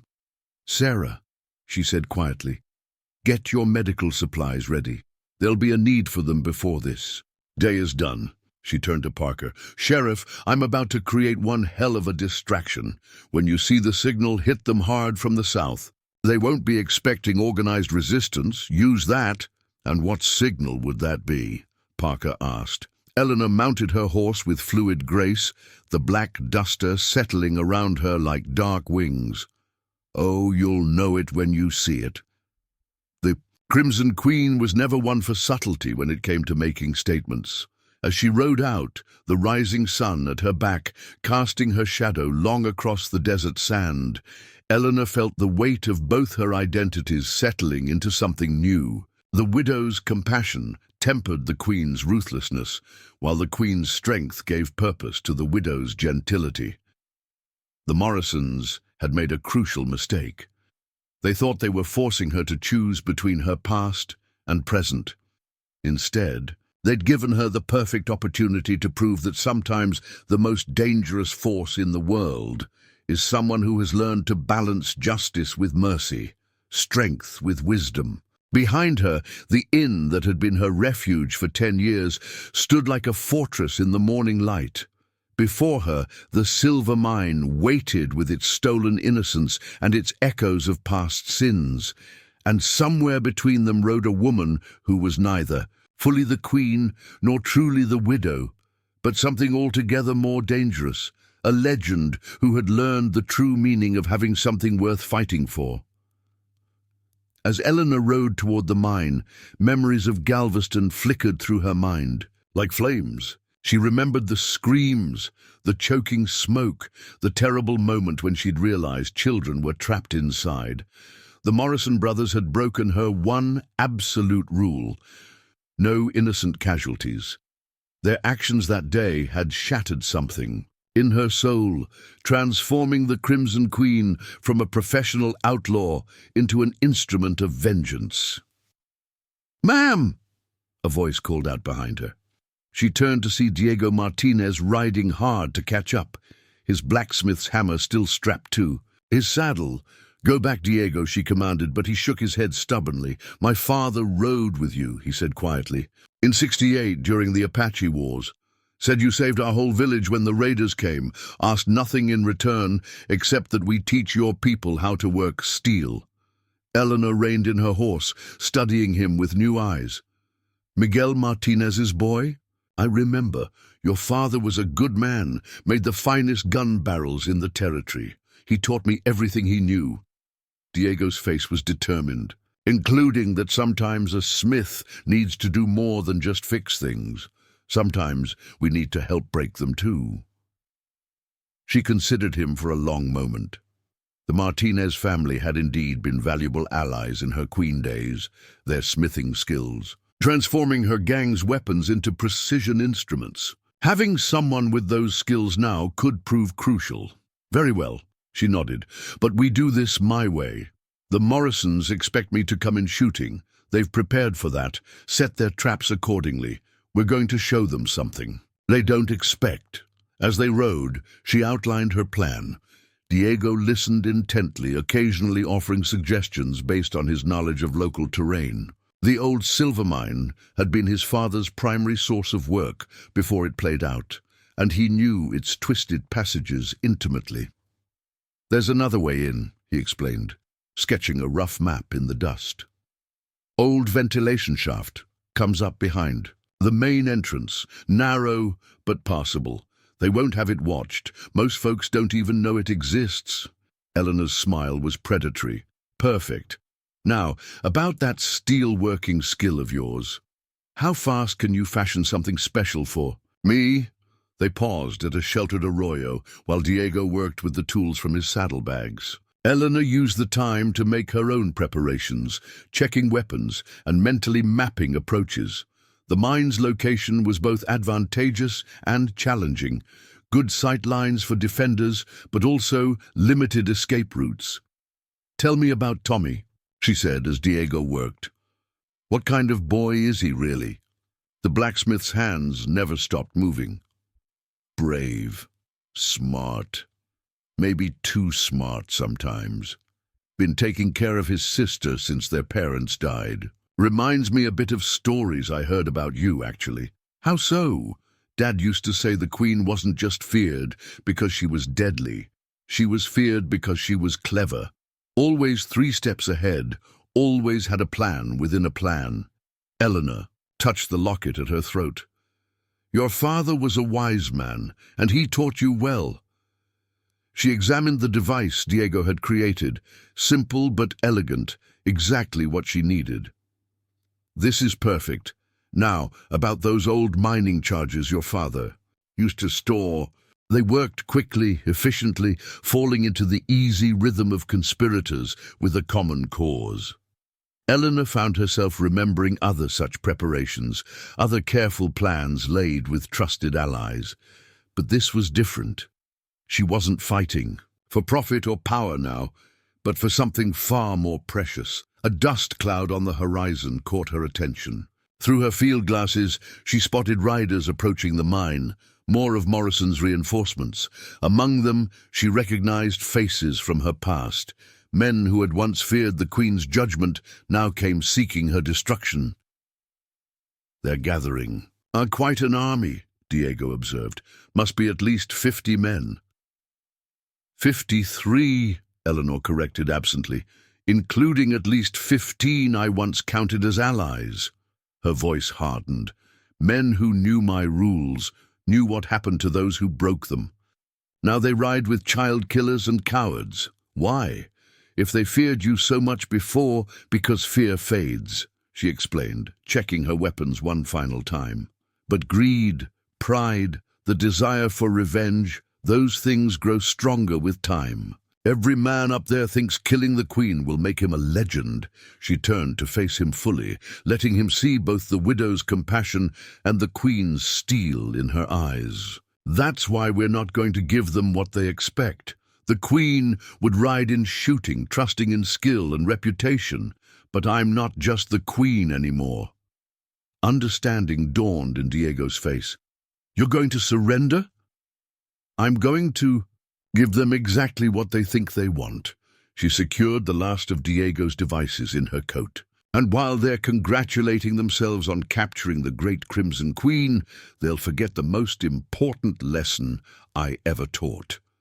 Which is, Eleanor's smile was terrible to behold. The most dangerous opponent isn't the one who threatens violence. It's the one who makes you think you've already won.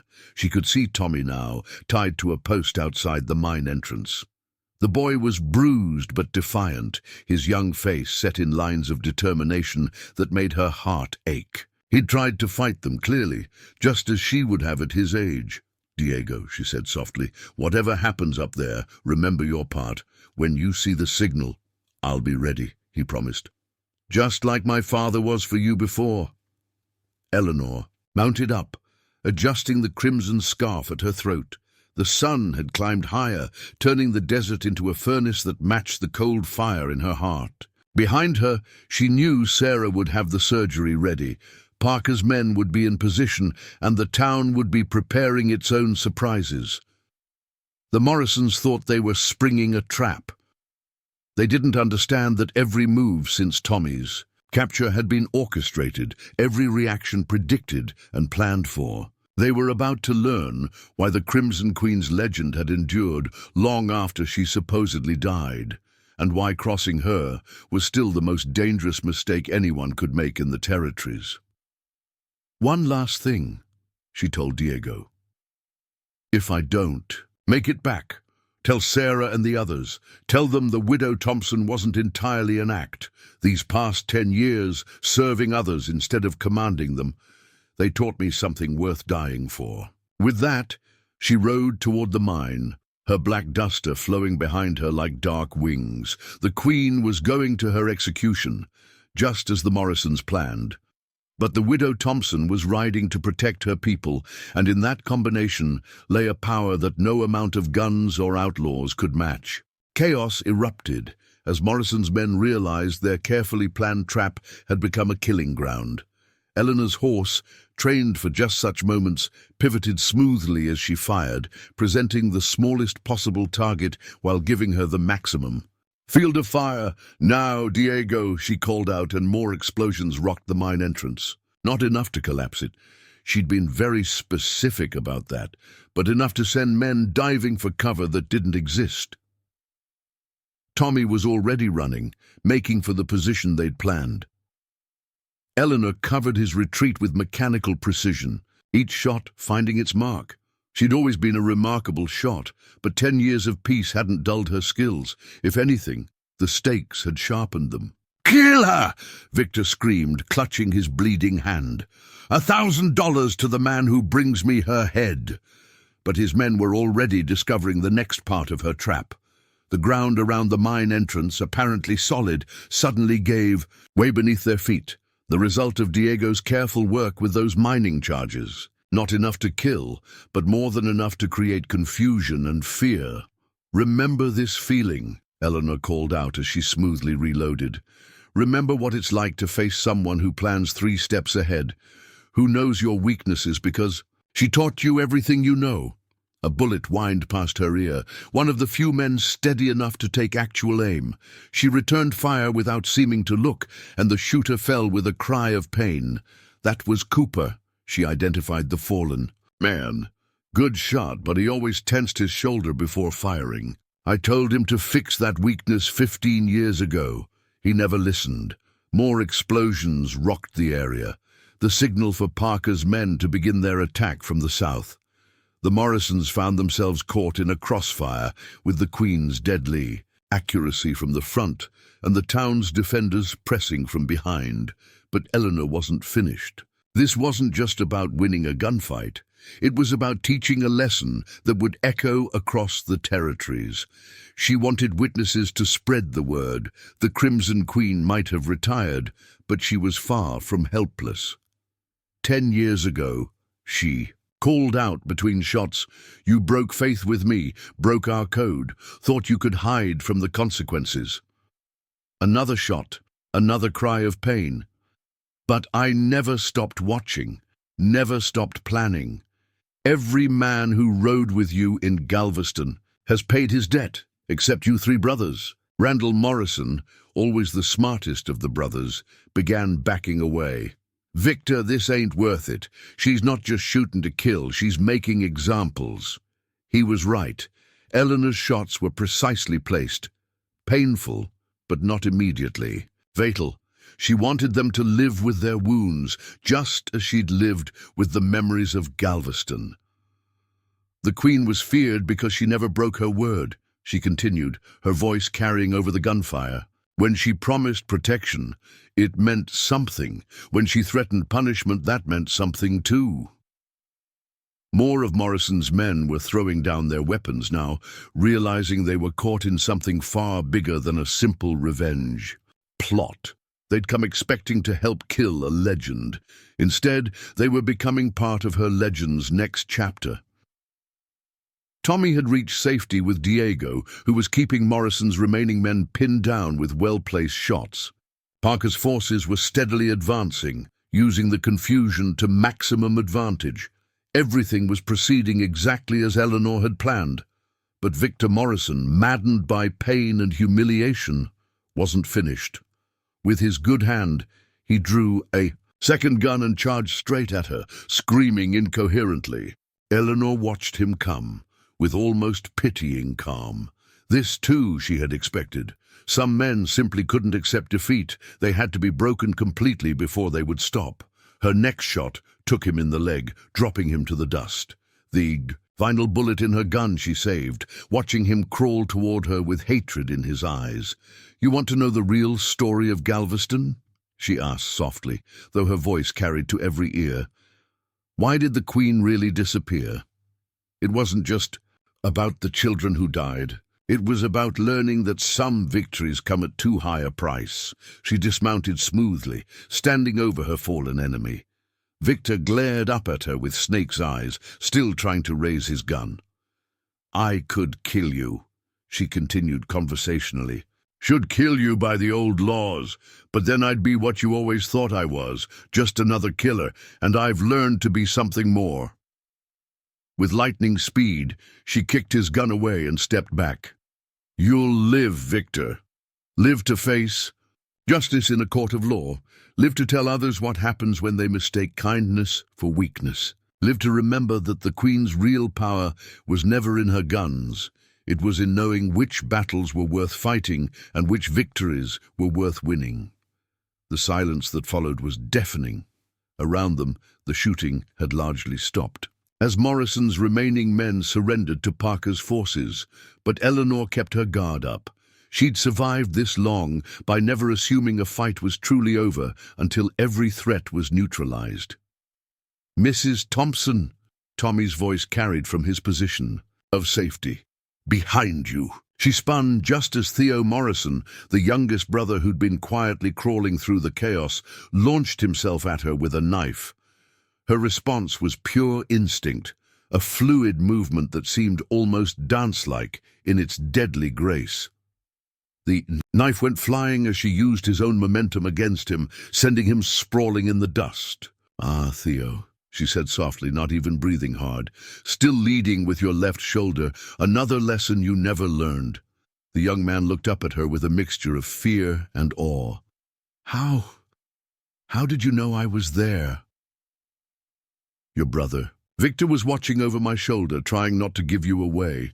He never was good at hiding his lies." She kept her gun trained on him while addressing the gathered crowd. "That's another lesson for those taking notes. A leader's weakness isn't just in their own failings, but in those they trust. Sheriff Parker approached cautiously, his men securing the various prisoners. "Ma'am, town's secured. Sarah's got a medical set-up at your inn for the wounded." Eleanor nodded, her tactical mind already processing the aftermath. "Sort the prisoners." "Carefully, Sheriff. Some of these men were just hired guns. They deserve a chance at redemption, but the ones who were at Galveston—" Her voice hardened. "They need to face special justice." "Special justice?" Parker asked. "There's a judge in Texas," she explained, "one who remembers what happened that day. He'll make sure they answer for all their crimes, not just today's." Diego emerged from his position, Tommy close behind him. The blacksmith was grinning broadly. "Just like old times, eh? Though I remember Father saying, you used to be more dramatic in your younger days." "Dramatic?" Eleanor raised an eyebrow. "Miguel said that? He told me about the time in Sonora, when you faced down 30 bandidos, with just—" "Those stories," she interrupted firmly, though her eyes twinkled, "grow more elaborate with each telling. Though your father did always have a gift for embellishment." Tommy was staring at her with undisguised admiration. "Are you really her, the Crimson Queen? All those stories about the train robberies and the great escape from Fort Smith?" "Stories," Eleanor said firmly, "are often less interesting than the truth. And the truth is, young man, you showed remarkable courage today. Your sister will be proud." As if summoned by her words, Rebecca came running from town, Sarah Blackwood close behind her. The doctor immediately began assessing the wounded, her face professionally neutral, as she moved among friend and foe alike. "Tommy!" Rebecca embraced her brother fiercely, then turned to Eleanor with tears in her eyes. "Mrs. Thompson, or should I say, Eleanor will do," she said quietly. "The Queen was a title I left behind long ago, though it seems some debts followed me regardless." She surveyed the battlefield with professional assessment. The Morrison gang was thoroughly broken. Those not wounded or captured had fled into the desert. More importantly, they'd been broken in a way that would spread her message across the territories. The Crimson Queen might have retired, but she was far from powerless. "What happens now?" Sarah asked as she bandaged Victor Morrison's hand. "Once word spreads. Now," Eleanor said thoughtfully, "we prepare. Some will come seeking revenge, others looking to make a name for themselves, but they'll find more than just a legend waiting for them." She gestured to the town's defenders, who were helping secure the prisoners. "They'll find a community that knows how to protect its own, that understands strength isn't just about guns and violence. It's about standing together, about knowing what's worth fighting for." "And you?" Rebecca asked softly. "Will you stay?" Eleanor touched the locket at her throat, feeling the weight of both her identities settling into something new. The widow Thompson found peace here. The Queen found purpose. Perhaps it's time to be both, and neither. Looking toward her inn, still standing proud on its hill, she smiled. "Besides, I just got that garden planted. It would be a shame to leave before seeing how the roses bloom." As the sun climbed higher, casting harsh light over the aftermath of battle, Eleanor began organizing the cleanup with the same efficiency she'd once used to plan heists. But now her skills served a different purpose: protecting rather than taking, building rather than destroying. The legend of the Crimson Queen would grow with this day's events, but it would be a different kind of legend, not just of a fearsome outlaw, but of a woman who found something worth more than gold or glory, a home worth defending, a community worth protecting, and a way to use her dark skills in service of the light. "Sarah," she called out, "make sure those wounded get proper care. Diego, help Parker's men secure the prisoners, and check those ropes carefully. Some of these boys learned their knots from me, and I taught them all the tricks." She moved through the aftermath with fluid grace, shifting seamlessly between the widow's compassion and the Queen's authority. And in doing so, she showed everyone present that sometimes the most powerful force isn't the legend they fear, but the protector they never expected to find. The Morrison brothers watched sullenly as they were led away, their grand revenge plot transformed into yet another chapter in the Queen's legend. But this chapter would tell a different story, not of an outlaw's power, but of a defender's wisdom. Not of violence for profit, but of skill used in service of something greater. "Mrs. Thompson," Tommy called out as she passed, "those stories about you, the ones in the dime novels and around campfires, are any of them true?" Eleanor paused, looking at the boy thoughtfully. "The true stories, Tommy, are rarely the ones that get told. They're written in the choices we make, the people we protect, the principles we refuse to surrender." She smiled, gently. "And sometimes they're written in the simple act of serving coffee and pie to good people who need a safe place to rest." The boy nodded, understanding dawning in his young face.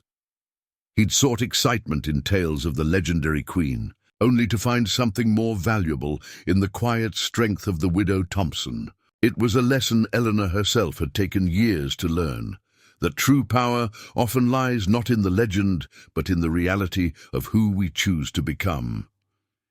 Evening settled over Rattlesnake Gulch like a dusty blanket, bringing with it an uneasy quiet. The day's violence had left its mark, bloodstains in the sand, bullet holes in adobe walls, and most significantly, a profound change in how the town viewed its quiet widow. Eleanor stood at her inn's window, watching the sunset paint the desert gold, while Sarah Blackwood tended to the last of the wounded in her makeshift infirmary below. The Morrison brothers and their surviving men were secured in Parker's jail, their wounds treated, but their spirits broken. More importantly, the story of their defeat was already spreading through whispered conversations and hastily written telegrams. By morning, every outlaw camp and saloon in 3 territories would know the Crimson Queen hadn't gone soft during her retirement. She'd grown more dangerous. "Penny, for your thoughts?" Sarah's voice carried from the doorway. The doctor's sleeves were rolled up, her hands clean, but her dress spattered with evidence of her day's work. "Just wondering," Eleanor replied softly, "if I've done these people a disservice. The quiet widow they trusted is gone now. In her place," she touched the crimson scarf still at her throat, "in her place stands someone who protected them when it mattered most." Sarah moved to stand beside her friend. "Though I have to admit, learning that my favorite coffee companion was once the most feared outlaw leader in the territories was surprising." Eleanor's smile held a touch of her old steel. "More or less surprising than learning your town doctor was once the personal physician to Boston's most notorious crime family." Sarah stiffened. "How did you—" "The Queen's information network never completely died." Eleanor's voice held gentle amusement. "Besides, your technique for treating gunshot wounds is rather distinctive. The O'Malley family's enforcer used to brag about their surgeon's special methods." A moment of silence passed between them, 2 women who understood the weight of past lives and secret identities. Then Sarah laughed softly. "Well, I suppose we all have our stories." "Indeed." Eleanor's attention shifted to movement in the street. Below, Rebecca Chen was approaching, Tommy close beside her. The boy had refused to rest despite his ordeal, insisting on helping tend to the wounded. Though some stories are still being written. Rebecca and Tommy found Eleanor in her kitchen, where she was, of all things, baking pie. The familiar domestic activity seemed incongruous after the day's events, but to Eleanor it was a deliberate choice, a statement about who she chose to be. "Mrs. Thompson."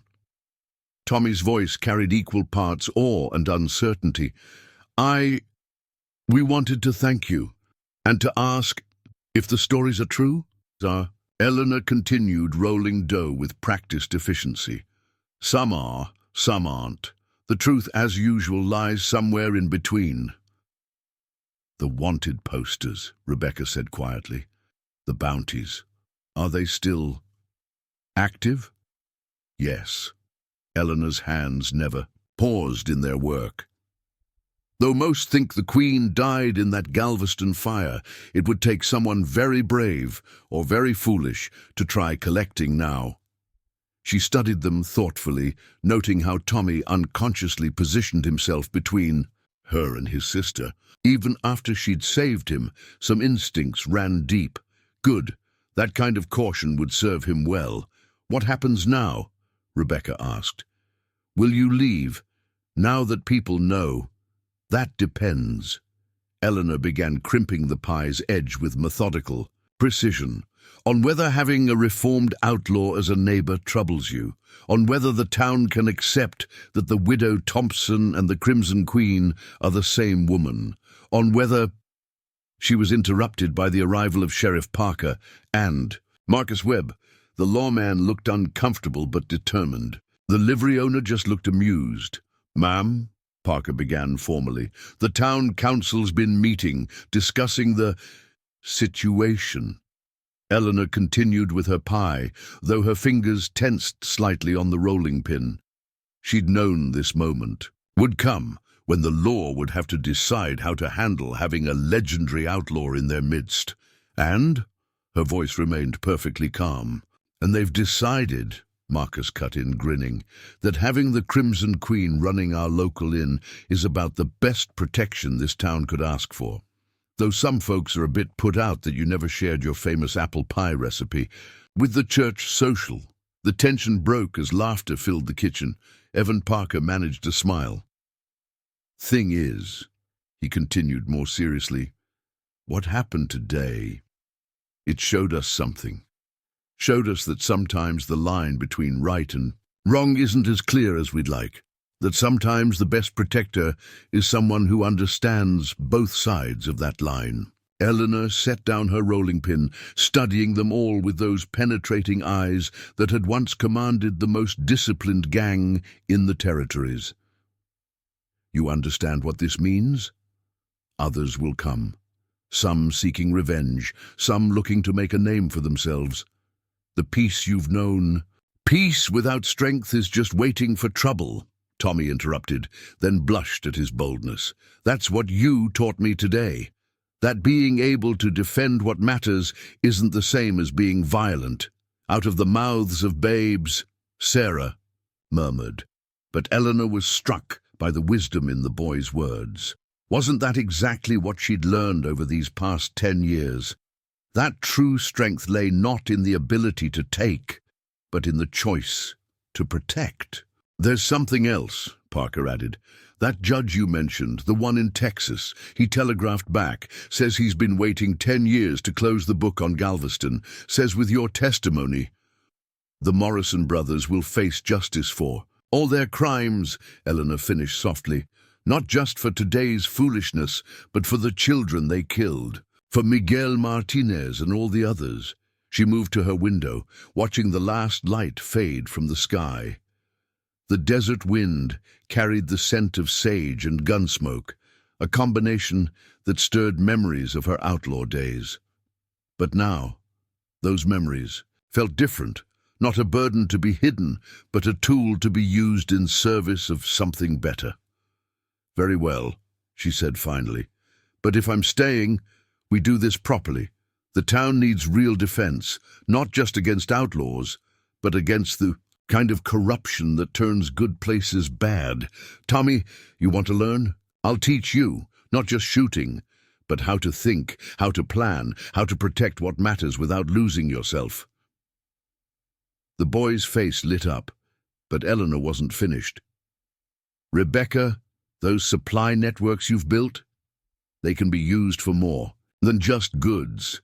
Information is power. I'll show you how to use it. Sarah, your clinic needs expansion. I know people who can help. People who owe the Queen debts that the widow can collect. She turned to Parker. And Sheriff, if you're willing to look past certain historical issues, I believe my experience could be valuable to law enforcement. From a purely advisory position, of course. The sheriff nodded slowly. Reckon having the Crimson Queen helping keep the peace is better than having her on the other side of it, though it'll take some explaining to the territorial marshal. Let me worry about the marshal, Eleanor smiled. He and I have an understanding, dating back to a certain incident involving his wife's prized horses and a very polite gang of thieves who returned them unharmed. As night settled fully over Rattlesnake Gulch, Eleanor Thompson, both widow and queen, continued baking her pies and making her plans, the kitchen filled with the familiar scents of apples and cinnamon, while around her table sat a most unusual council, a frontier doctor with a shadowy past, a sheriff learning to see beyond simple laws, a storekeeper's children discovering their own strength, and a legendary outlaw finding a new way to use her power. One thing, Sarah said suddenly, all those stories about the Queen's hidden treasure, the gold from the great train robbery of '68? Eleanor's smile was mysterious. Now that would be telling, though I will say this, some treasures are worth more than gold, like finding a place worth protecting, people worth trusting, and a way to use dark skills in service of the light. She began serving pie to her unlikely family, each piece cut with the same precision she'd once used to plan heists. Tomorrow would bring new challenges, new threats, new opportunities to balance the widow's kindness with the Queen's strength. But for now, in this moment, she was exactly who she needed to be. Not just a legend, not just a gentle soul, but something new and powerful and right. And there's something else, Marcus spoke up, accepting his piece of pie. Been meaning to tell you, Maria, my sister, before she died, she left me a letter. Said if I ever met a woman who served coffee like she was conducting an orchestra and moved like a cat in church, I should give it to her. Eleanor's hands still. Maria always was too observant for her own good. Marcus pulled a weathered envelope from his vest. She said you'd know what to do with the information inside. Something about a hidden cache in Mexico? Ah. Eleanor's smile held memories. The Sonora shipment. I'd wondered what happened to that. Maria was supposed to... She paused, noting Tommy's eager expression. Well, perhaps some stories are better left untold. But Sarah wasn't so easily distracted. The Sonora gold shipment of '69, the one that vanished without a trace, that was you? The Queen's greatest triumph, Marcus nodded. Whole wagon train of Spanish gold disappeared like morning mist. They never found a single coin. Because it wasn't about the gold, Eleanor said softly. It was about what was hidden with it. Documents that could have started a war between Mexico and the territories. We made sure they never saw the light of day. She touched the locket at her throat. The Queen didn't just steal, Sheriff. Sometimes we protected things too valuable to trust to official channels. There are still caches out there. Weapons, documents, secrets that could tear the frontier apart. Part of why I chose to stay here was to keep watching over them. Parker's face showed new understanding. That's why you picked Rattlesnake Gulch. Strategic position, clear views of all the major trails. And a community worth protecting, Eleanor added. Though I didn't expect that part when I arrived. Thought I'd just be the quiet widow, keeping my secrets and standing guard. Instead, she gestured to the people gathered around her table. Rebecca, who had been quiet, suddenly spoke up. The supply runs I've been organizing. They're not just for our town, are they? Some of those packages go to people who need help staying hidden, Eleanor confirmed. Former slaves escaping bounty hunters, native families avoiding relocation, people who need to disappear for good reasons. She smiled at the young woman's shocked expression. You have quite a talent for logistics, my dear. The Queen's network could have used someone like you back in the day. As night deepened, more townspeople began arriving at the inn, drawn by some unspoken need to process the day's events. Eleanor served coffee and pie to them all, moving with her usual grace while fielding questions about her past. She answered. Some deflected others, and occasionally shared stories that made even Parker shake his head in amazement. The Silver City bank job, old Jim Tucker was saying. That was really you. Walked right in through the front door in broad daylight, dressed as a cleaning woman, Eleanor confirmed, refilling his coffee. Amazing what people don't see when they're trained to look down on certain folks. Though I suspect that particular technique won't work anymore, now that the story's known. But why? Tommy asked. Why take such risks, just for gold? Eleanor's face grew serious. The bank manager was using his position to prey on desperate women, forcing them to... She glanced at Rebecca and modified her words. To do things they shouldn't have had to do. We took his gold, yes. But more importantly, we took his ledger, detailed all his crimes, left it on the sheriff's desk with enough evidence to hang him. Vigilante justice, Parker murmured. Sometimes official justice needs a little help, Sarah commented, especially out here on the frontier. The conversation continued late into the night, with Eleanor's kitchen becoming a place where past and present, law and outlaw, legend and reality, all merged into something new. She found herself sharing not just stories, but lessons, teaching through carefully chosen anecdotes about strategy, observation, and the importance of choosing one's battles. The thing about power, she told Tommy, who was hanging on her every word, is that it's not about how many men you can kill or how much gold you can steal. It's about understanding people, knowing when to be firm and when to be gentle, when to fight and when to show mercy. Like today, the boy nodded. You could have killed the Morrisons, but you chose not to. Because death is easy, Eleanor agreed. Living with the consequences of our choices, that's the hard part. I learned that in Galveston. The Queen dealt in death when necessary, but the widow Thompson taught me there are better ways to fight evil. As the visitors gradually departed, Eleanor began making plans for the future. The inn would need fortification, subtle changes that wouldn't spoil its welcoming appearance, but would make it more defensible. The town's defenses could be improved without making it look like an armed camp. And most importantly, its people could be trained to protect themselves without losing the very things that made their community worth protecting. I'll need help, she told her core group, Sarah, Parker, the Chen siblings, and Marcus. Each of you has skills that can be developed, knowledge that can be shared. The Queen's methods combined with the widow's wisdom might just create something new, a place where justice and mercy walk hand in hand. A sanctuary, Sarah suggested, for those who need it.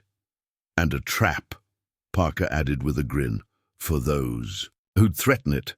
Eleanor nodded, pleased with their understanding. But first, we need to deal with the immediate aftermath. The Morrison brothers' trial will draw attention. Bounty hunters, thrill-seekers, old enemies. Let them come, Tommy said with youthful bravado, then blushed as everyone looked at him.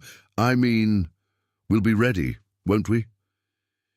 Yes, Eleanor smiled, seeing in him the same fire that had once drawn her to this life of adventure and justice. We'll be ready, because now we're not just protecting gold or reputations. We're protecting something far more valuable. A community that knows the difference between law and justice, between power and strength. As the last guests departed, Eleanor stood once more at her window, watching the desert night. The stars seemed brighter somehow, as if approving of this new chapter in her legend. The Crimson Queen had once ruled through fear and cunning, the widow Thompson through kindness and subtlety. Now in this place she'd chosen to call home, both aspects of her nature would serve a greater purpose. To new beginnings, she whispered, touching the locket that carried memories of both her lives. Behind her, the inn that had been her refuge settled into quiet, ready to become something more, a beacon for those seeking justice, a warning to those who would threaten it, and a symbol of how dark skills could serve the light when guided by wisdom and love. dawn broke over Rattlesnake Gulch with newfound purpose, painting the desert in shades of promise. Word of the Morrison gang's defeat had spread like wildfire through telegraph wires and riders' tales, drawing curious eyes to the once quiet town. But Eleanor Thompson, now openly acknowledged as the legendary Crimson Queen, had anticipated this attention and was already moving to shape it to her advantage. The Sagebrush Inn had transformed overnight, though the changes were subtle enough that only the most observant would notice. Gunports disguised as decorative vents, reinforced shutters that looked purely ornamental, carefully positioned mirrors that allowed observation of every approach. The gentle widow's home was becoming a fortress, though it still served the territories. "Finest coffee and pie. Another rider coming in," Tommy called from his new position in the converted attic. Eleanor had turned it into an observation post, teaching the boy the art of surveillance that had once made her gang the most well-informed. "In the territories. Description," she called back, continuing to knead bread dough with practiced motions. "Well-dressed, riding-quality horseflesh, gun worn low, professional-like, but—" Tommy paused, applying the observational skills she'd been teaching him. "Something's off about how he carries himself." Eleanor smiled slightly. "Marshal's badge. Under his coat. How did you—" "Territorial Marshal James Hawkins," she explained, wiping flour from her hands. "He always did have trouble maintaining his undercover posture, old habits from his cavalry days." Sarah Blackwood, organizing medical supplies nearby, raised an eyebrow. "Friend of yours?" "We've had our moments," Eleanor admitted.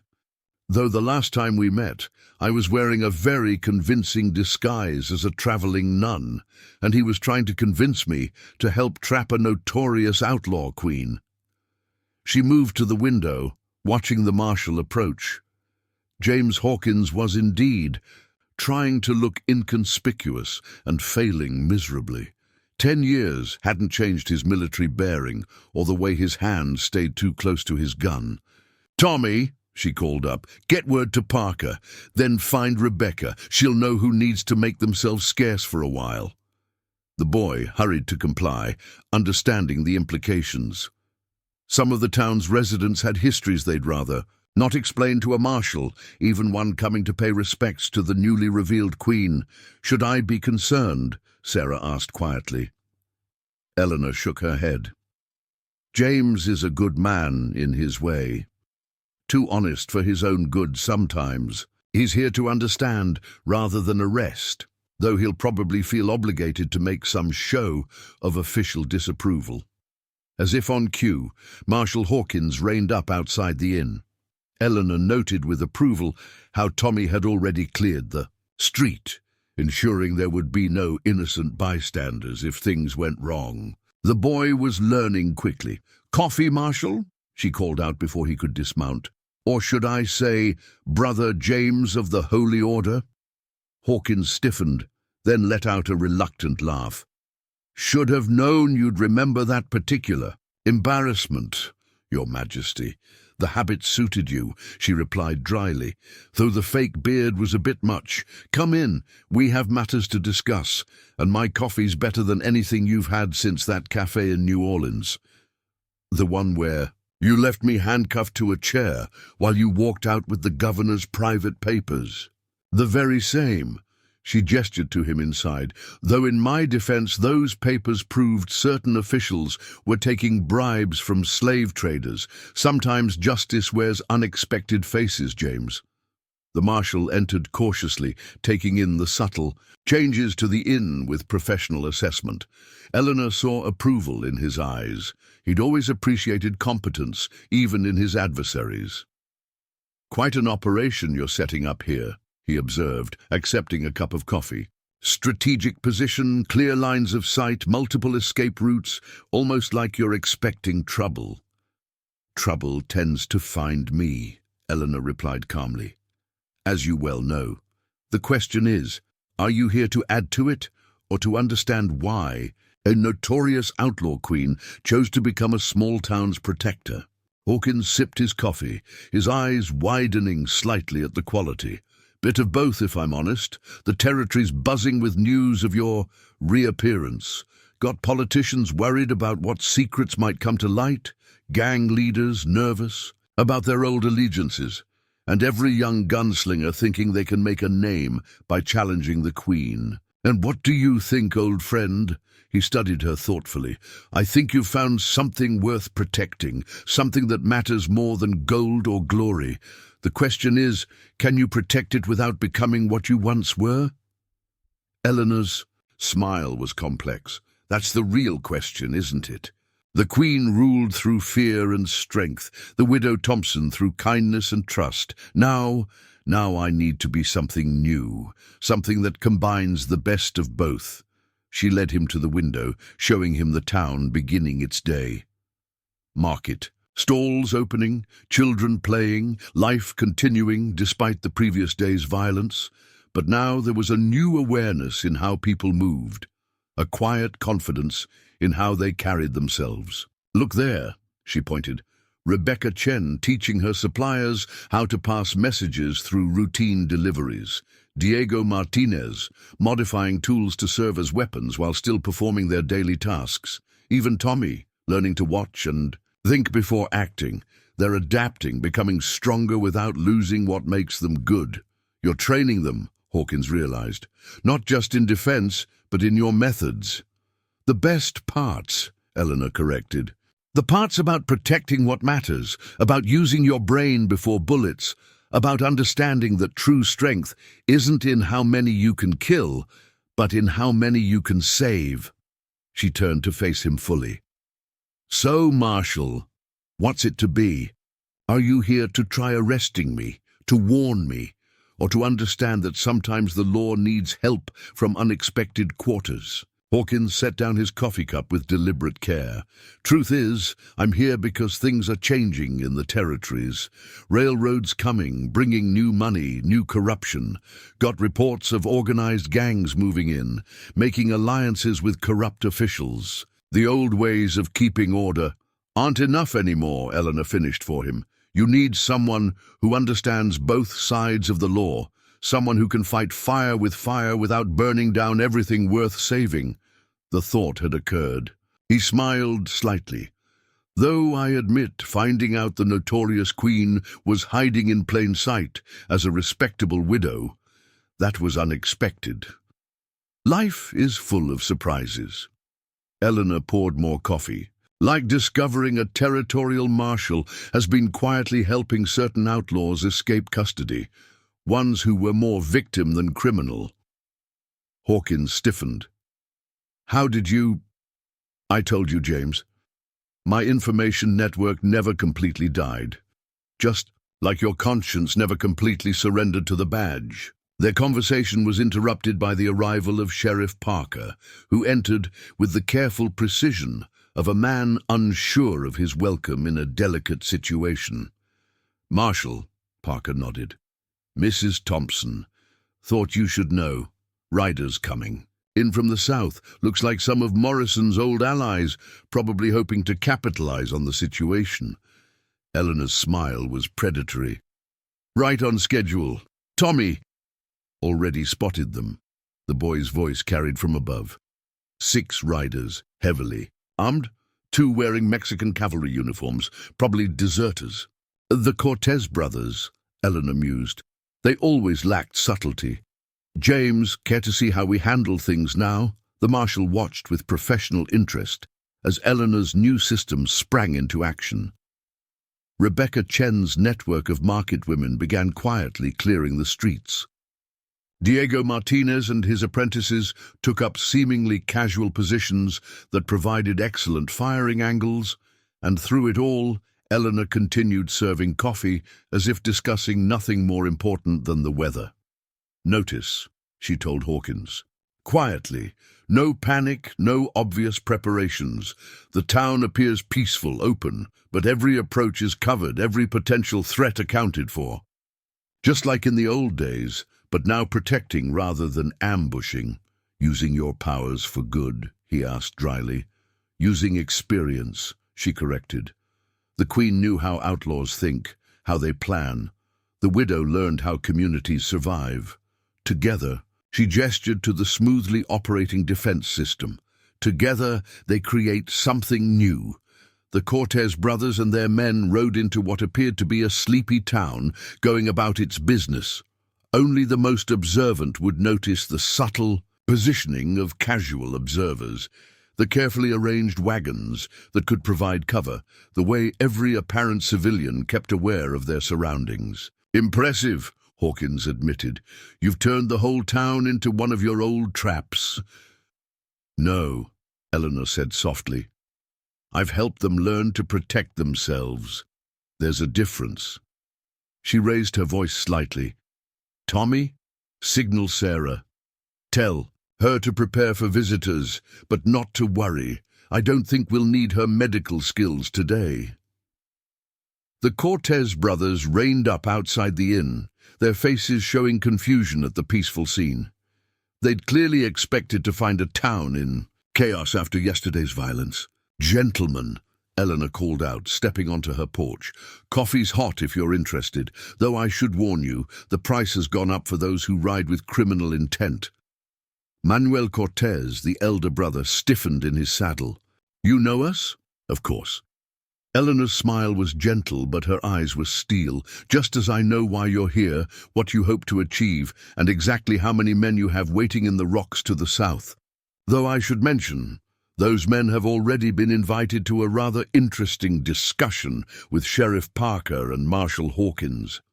The brothers exchanged uneasy glances, suddenly aware of how many townspeople were casually watching them. People who moved with quiet confidence, whose hands stayed too close to hidden weapons. "Marshal's here," the younger Cortez asked nervously. "Right behind you," Hawkins said pleasantly, stepping onto the porch beside Eleanor. "Though at the moment I'm just enjoying some excellent coffee and observing how a community protects its own." Understanding dawned in Manuel Cortez's face. "The Queen hasn't gone soft," he realized aloud. "She's just found a different kind of power." "Very good," Eleanor approved. "I always said you were smarter than you looked. Now, would you like to discuss business over coffee, or shall we do this the hard way?" The tension held for a moment, longer, then broke as Manuel laughed. "Coffee would be welcome, Your Majesty, and perhaps a discussion about how men in our position might find a better path." As she led them inside, Eleanor caught Hawkins watching her with newfound respect. The Marshal had seen something important, not just a reformed outlaw, but a new way of maintaining order on the frontier, a way that combined strength with wisdom, justice with mercy. "You know," he said quietly as the Cortez brothers dismounted, "this could work. A sanctuary for those seeking honest change. A warning to those who'd threaten the peace, and someone with the skills to tell the difference." Eleanor smiled, touching the locket at her throat. "That's the plan, James. That's the plan."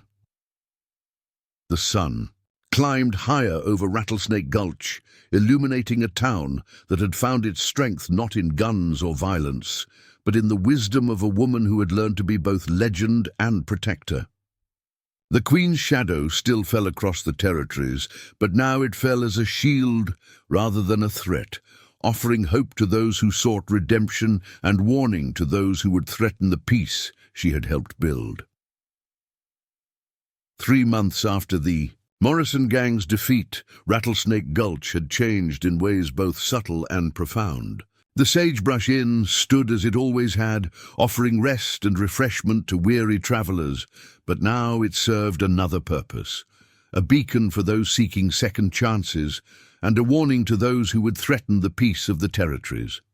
Eleanor Thompson, still serving coffee and baking pies with practiced grace, had become something unique in the history of the frontier, a legend who chose to protect rather than plunder, to build rather than destroy. The Crimson Queen's fearsome reputation, combined with the Widow Thompson's genuine compassion, had created a new kind of power, one that drew people from across the territories. "Another group coming in," Tommy called from his observation post. Now, a properly constructed tower disguised as part of the inn's renovation. Looks like refugees, 2 families, 3 riders escorting them. Eleanor nodded, already preparing extra coffee. The word had spread quickly. Rattlesnake Gulch was a place where those fleeing trouble could find sanctuary, provided they were willing to live honestly. Former outlaws, escaped slaves, native families avoiding relocation, all found their way to the town that straddled the line between law and justice. "Sarah," she called to the doctor who was enjoying her morning coffee, "looks like you might have some new patients to check over."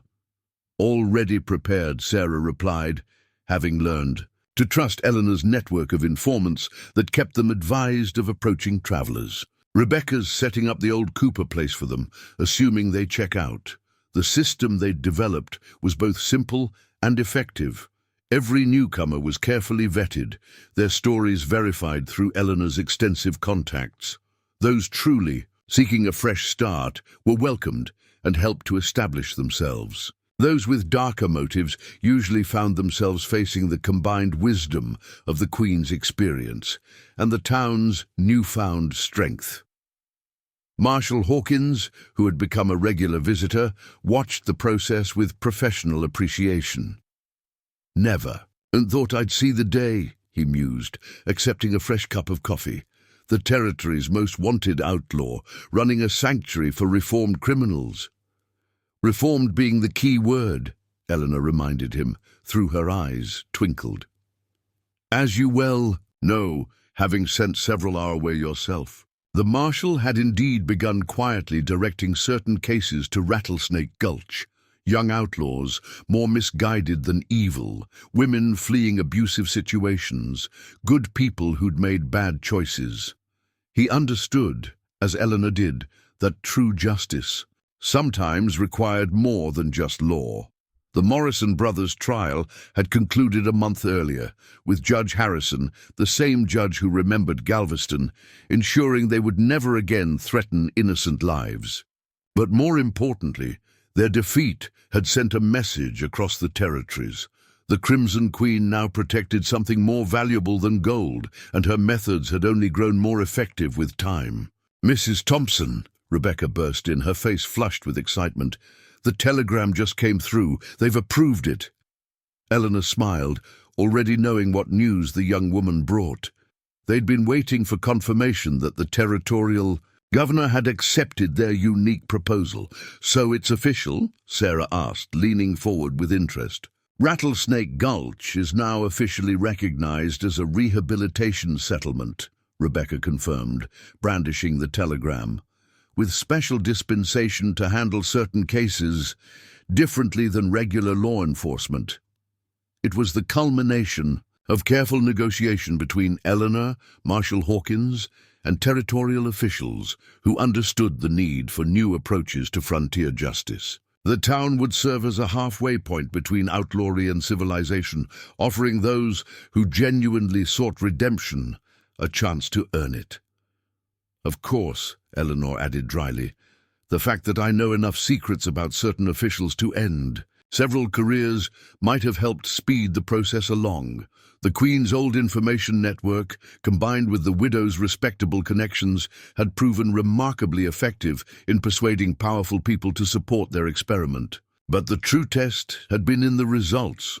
Already several former outlaws had become productive members of the community, their skills turned to legitimate purposes.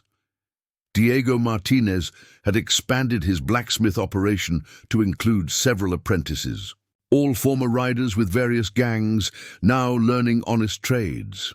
Rebecca's trading network, enhanced by Eleanor's contacts, had made the town a legitimate commercial hub. Even Tommy, under the combined tutelage of Eleanor and Sheriff Parker, was growing into a thoughtful young man who understood both justice and mercy. "Something coming up the South Road," Tommy's voice carried from above. "Dust cloud, big group." Eleanor was moving before he finished speaking, her relaxed demeanor shifting seamlessly into tactical awareness. One glance through her carefully positioned mirrors told her what she needed to know. "The Clayton gang," she announced calmly. "Right on. Schedule. You were expecting them." Hawkins asked, though his tone suggested he already knew the answer. Got word 3 days ago that they were planning something dramatic. Eleanor checked her hidden weapons with practiced ease. Their leader has a young man's need to prove himself against legends. The town's defensive system activated smoothly. Signals passed through, seemingly innocent activities, people moving to prepared positions without obvious urgency. Eleanor had trained them well in the art of appearing harmless while being anything but. "Sheriff," she called out as Parker arrived, alerted by their warning system, "would you be so kind as to organize our reception? And Sarah, dear, perhaps. Prepare for guests? I doubt they'll accept their first invitation to coffee." Her calm efficiency steadied everyone around her. They'd been through similar situations in the months since the Morrison incident, and each time the town's response had grown more coordinated, more confident. "Tommy," she added, "remember what I taught you about counting riders at distance?" "Yes." "Ma'am, look for dust patterns, not just shapes. 20 riders spread formation, and they're trying to hide numbers by having some ride in others' dust trails." "Very good." Eleanor's smile held pride. "Actual count is 23. They're learning, but not fast enough." She moved to her porch, positioning herself with subtle precision. The black duster and crimson scarf had become something of a trademark, worn now not to intimidate but to remind. The Queen's legend, combined with the widow's wisdom, often resolved situations before they turned violent. "You know," Hawkins commented, taking a position nearby, "I could officially deputize you, make all this legitimate in the eyes of the law." Eleanor's laugh was genuine. "My dear James, legitimacy isn't about badges. It's about doing what's right even when right and legal don't quite align." She paused, watching the riders approach. "Besides, I can do more good straddling the line. The Queen's reputation opens doors that badges close." The Clayton gang reined up at the edge of town, their young leader trying to project confidence. He clearly didn't feel. Eleanor had faced dozens like him, bold with youth, drunk on stories of their own potential glory, not yet wise enough to understand the difference between legend and reality. "Clayton," she called out pleasantly. "Coffee's hot if you're interested in discussing your future. If not..." She let the sentence hang, knowing her reputation would fill in the rest. The young man's bravado wavered as he noticed details his enthusiasm had missed. The 2 casual poses of townspeople that suggested combat readiness, the carefully positioned wagons offering both cover and firing positions, the sense of calm preparation that spoke of experience rather than fear. "You've heard of Rattlesnake Gulch's new status, I assume?" Eleanor continued conversationally. "Sanctuary for those seeking honest change, judgment for those who choose otherwise.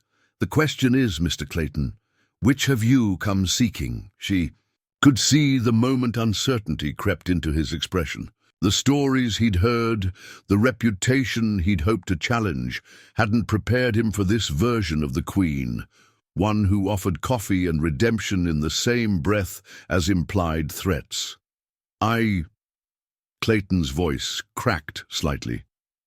"They say you're recruiting, building something new." "Building, yes, recruiting. That depends entirely on what people bring to the community." Eleanor gestured to the town around her. "Look closely, young man. See the blacksmith's apprentices? Former riders, everyone. The school teacher. Used to run confidence games before, finding a better use for her talents. Even our good doctor had a past worth changing," Sarah added firmly. Understanding dawned in Clayton's young face. This wasn't the confrontation he'd imagined, the glorious battle against a legendary outlaw. This was something far more challenging, an opportunity to become more than just another violent story in the territory's bloody history. "The choice is yours," Eleanor continued softly. "You can try your luck against a legend, though I should warn you, I've gotten better with age, not worse. Or you can discover what the Queen actually offers now, a chance to be part of something worthy." The tension held for a long moment, then broke as Clayton slowly unbuckled his gun belt. "They say They say you help people find better paths, among other things, Eleanor smiled. Though I should warn you, my coffee comes with conditions, and my help isn't always comfortable. Change rarely is. As she welcomed the young man and his clearly relieved followers into the inn, Eleanor caught Hawkins watching her with something like wonder. "You know," the marshal said quietly, "I spent years trying to end the Queen's reign. Never occurred. To me, she'd do it herself and create something better in the process." Eleanor touched the locket at her throat, feeling the weight of both her pasts and the promise of her future. The Queen ruled through fear and cunning. The widow learned the power of compassion and community. But this, she gestured to the town, to the former outlaws finding honest work, to the sanctuary they'd built. This is something new, a place where justice and mercy meet, where legends can serve instead of rule. The sun climbed high over Rattlesnake Gulch, illuminating a town that had become unique in the territories. A place where the power of legend protected the promise of redemption, where an outlaw queen had learned to serve something greater than herself, and where the line between law and justice was drawn, not with bullets, but with wisdom. And at its heart, serving coffee and quiet wisdom in equal measure, stood a woman who had found her greatest strength not in the fear she could inspire, but in the hope she could offer. The Crimson Queen's legacy would live on, not in tales of daring robberies or fierce gunfights, but in the lives changed and the community protected by someone who had learned that true power lies not in what you can take, but in what you choose. To protect. "More coffee, Marshal?" Eleanor asked with a gentle smile, and in that simple question lay all the complexity of her transformation. From legend to protector, from outlaw to guardian, from someone who ruled through fear to someone who led through love, the legend of the Crimson Queen had indeed changed, becoming something far more powerful than mere tales of outlawry. It had become a story of redemption, of wisdom hard won, and of the extraordinary strength found in choosing to serve rather than rule.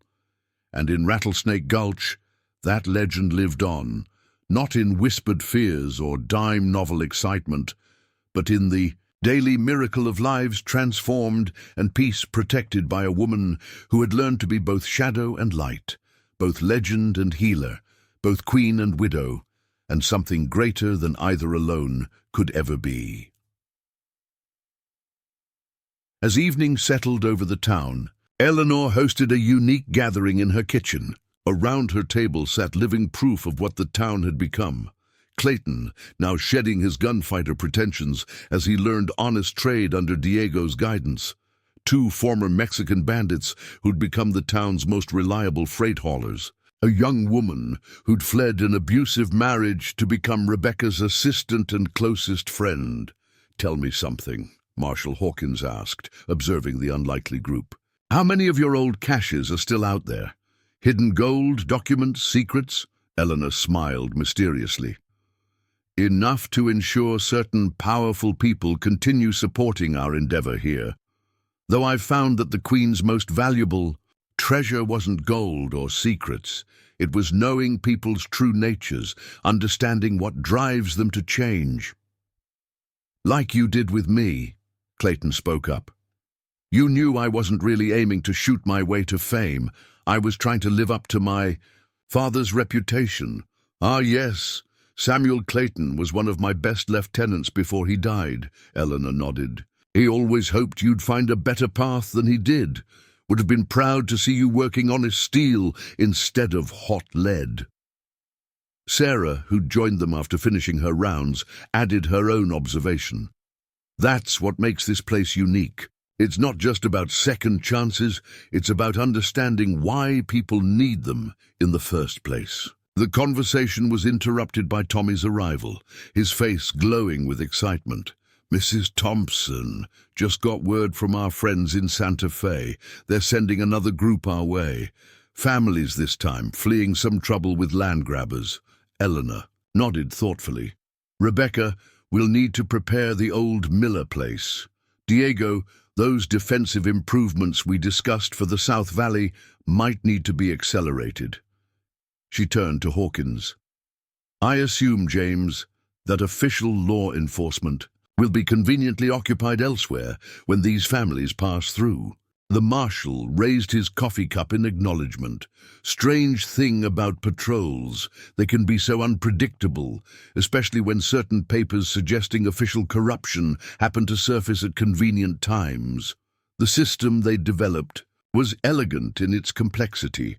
Eleanor's old network of informants, combined with the widow's respectable connections, created a web of intelligence and influence that served justice in ways the official law never could. The town had become not just a sanctuary, but a center of quiet resistance against the corruption and violence that plagued the territories. You've built something remarkable here, Hawkins continued. Not just a refuge, but a model for what the frontier could become. Law tempered by wisdom, justice guided by mercy. We've all built it, Eleanor corrected gently. Each person who chose to change, each official who decided to help rather than hinder, each townsperson who learned to see beyond fear to possibility. She rose and moved to her window, watching the sunset paint the desert gold. In the street below, she could see the daily life of her transformed community. Former outlaws working honestly alongside longtime citizens, children playing safely, under the watchful eyes of reformed gunfighters, women walking without fear past men who had once preyed on the vulnerable. The true power of legends, she mused, isn't in the fear they inspire or the stories they generate. It's in their ability to show people a different way to be. The Queen ruled through fear and cunning, yes, but she also showed that women could be powerful in a man's world. The widow demonstrated that gentleness wasn't weakness. And now you show that people can change, Tommy finished, that it's never too late to choose a different path. Eleanor smiled at the boy who had become like a son to her. Exactly, though I suspect you'll write your own legend someday, young man. One about a lawman who learned wisdom before he learned to shoot. The evening deepened into night, but the gathering continued. More townspeople dropped by, as they often did, drawn by the unique atmosphere of Eleanor's kitchen. Here, the barriers between past and present, law and outlaw, legend and reality, seemed to blur into something new and hopeful. Rebecca brought news of expanding trade routes that just happened to help certain people travel safely. Diego reported on former riders learning honest work while maintaining the skills that might be needed to protect their new home. Sarah shared quiet triumphs of healing both bodies and spirits. And through it all, Eleanor moved with her characteristic grace, serving coffee and wisdom in equal measure. The locket at her throat caught the lamplight, a reminder of both her past lives and her current purpose. You know what amazes me most? Hawkins said softly as the gathering began to disperse. Not that you've changed, but that you've helped. So many others changed too. Every person in this room has a story of transformation. Because they were ready for it, Eleanor replied, just as I was, that day in Galveston when I realized power without purpose was meaningless. The Queen had everything, wealth, fear, respect, but the widow Thompson found something far more valuable. And what was that? A reason to be better, a community worth serving, people worth protecting. She touched the locket gently. The Queen's greatest weakness was her isolation. The widow's strength was in the connections she built. Together they created something neither could have achieved alone. As the last guests departed, Eleanor stood once more at her window. The desert night was alive with stars, each one seeming to represent a life touched by the unexpected sanctuary she'd helped create.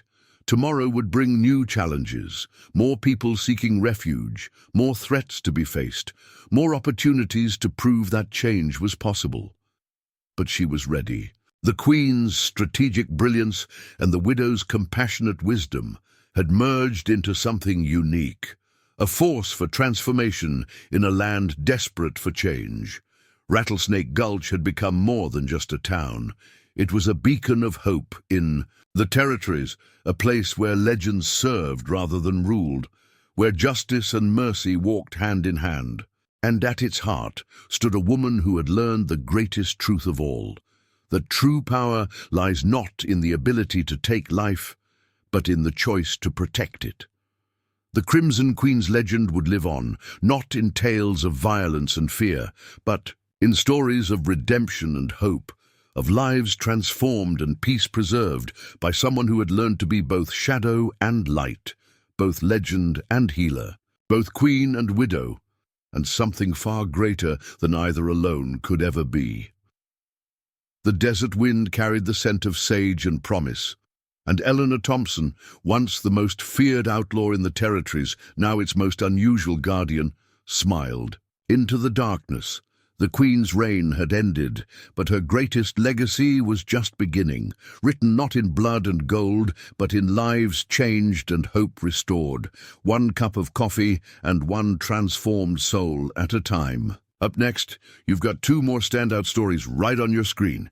If this one hits the mark, you won't want to pass these up. Just click and check them out. And don't forget to subscribe and turn on the notification bell so you don't miss any upload from us.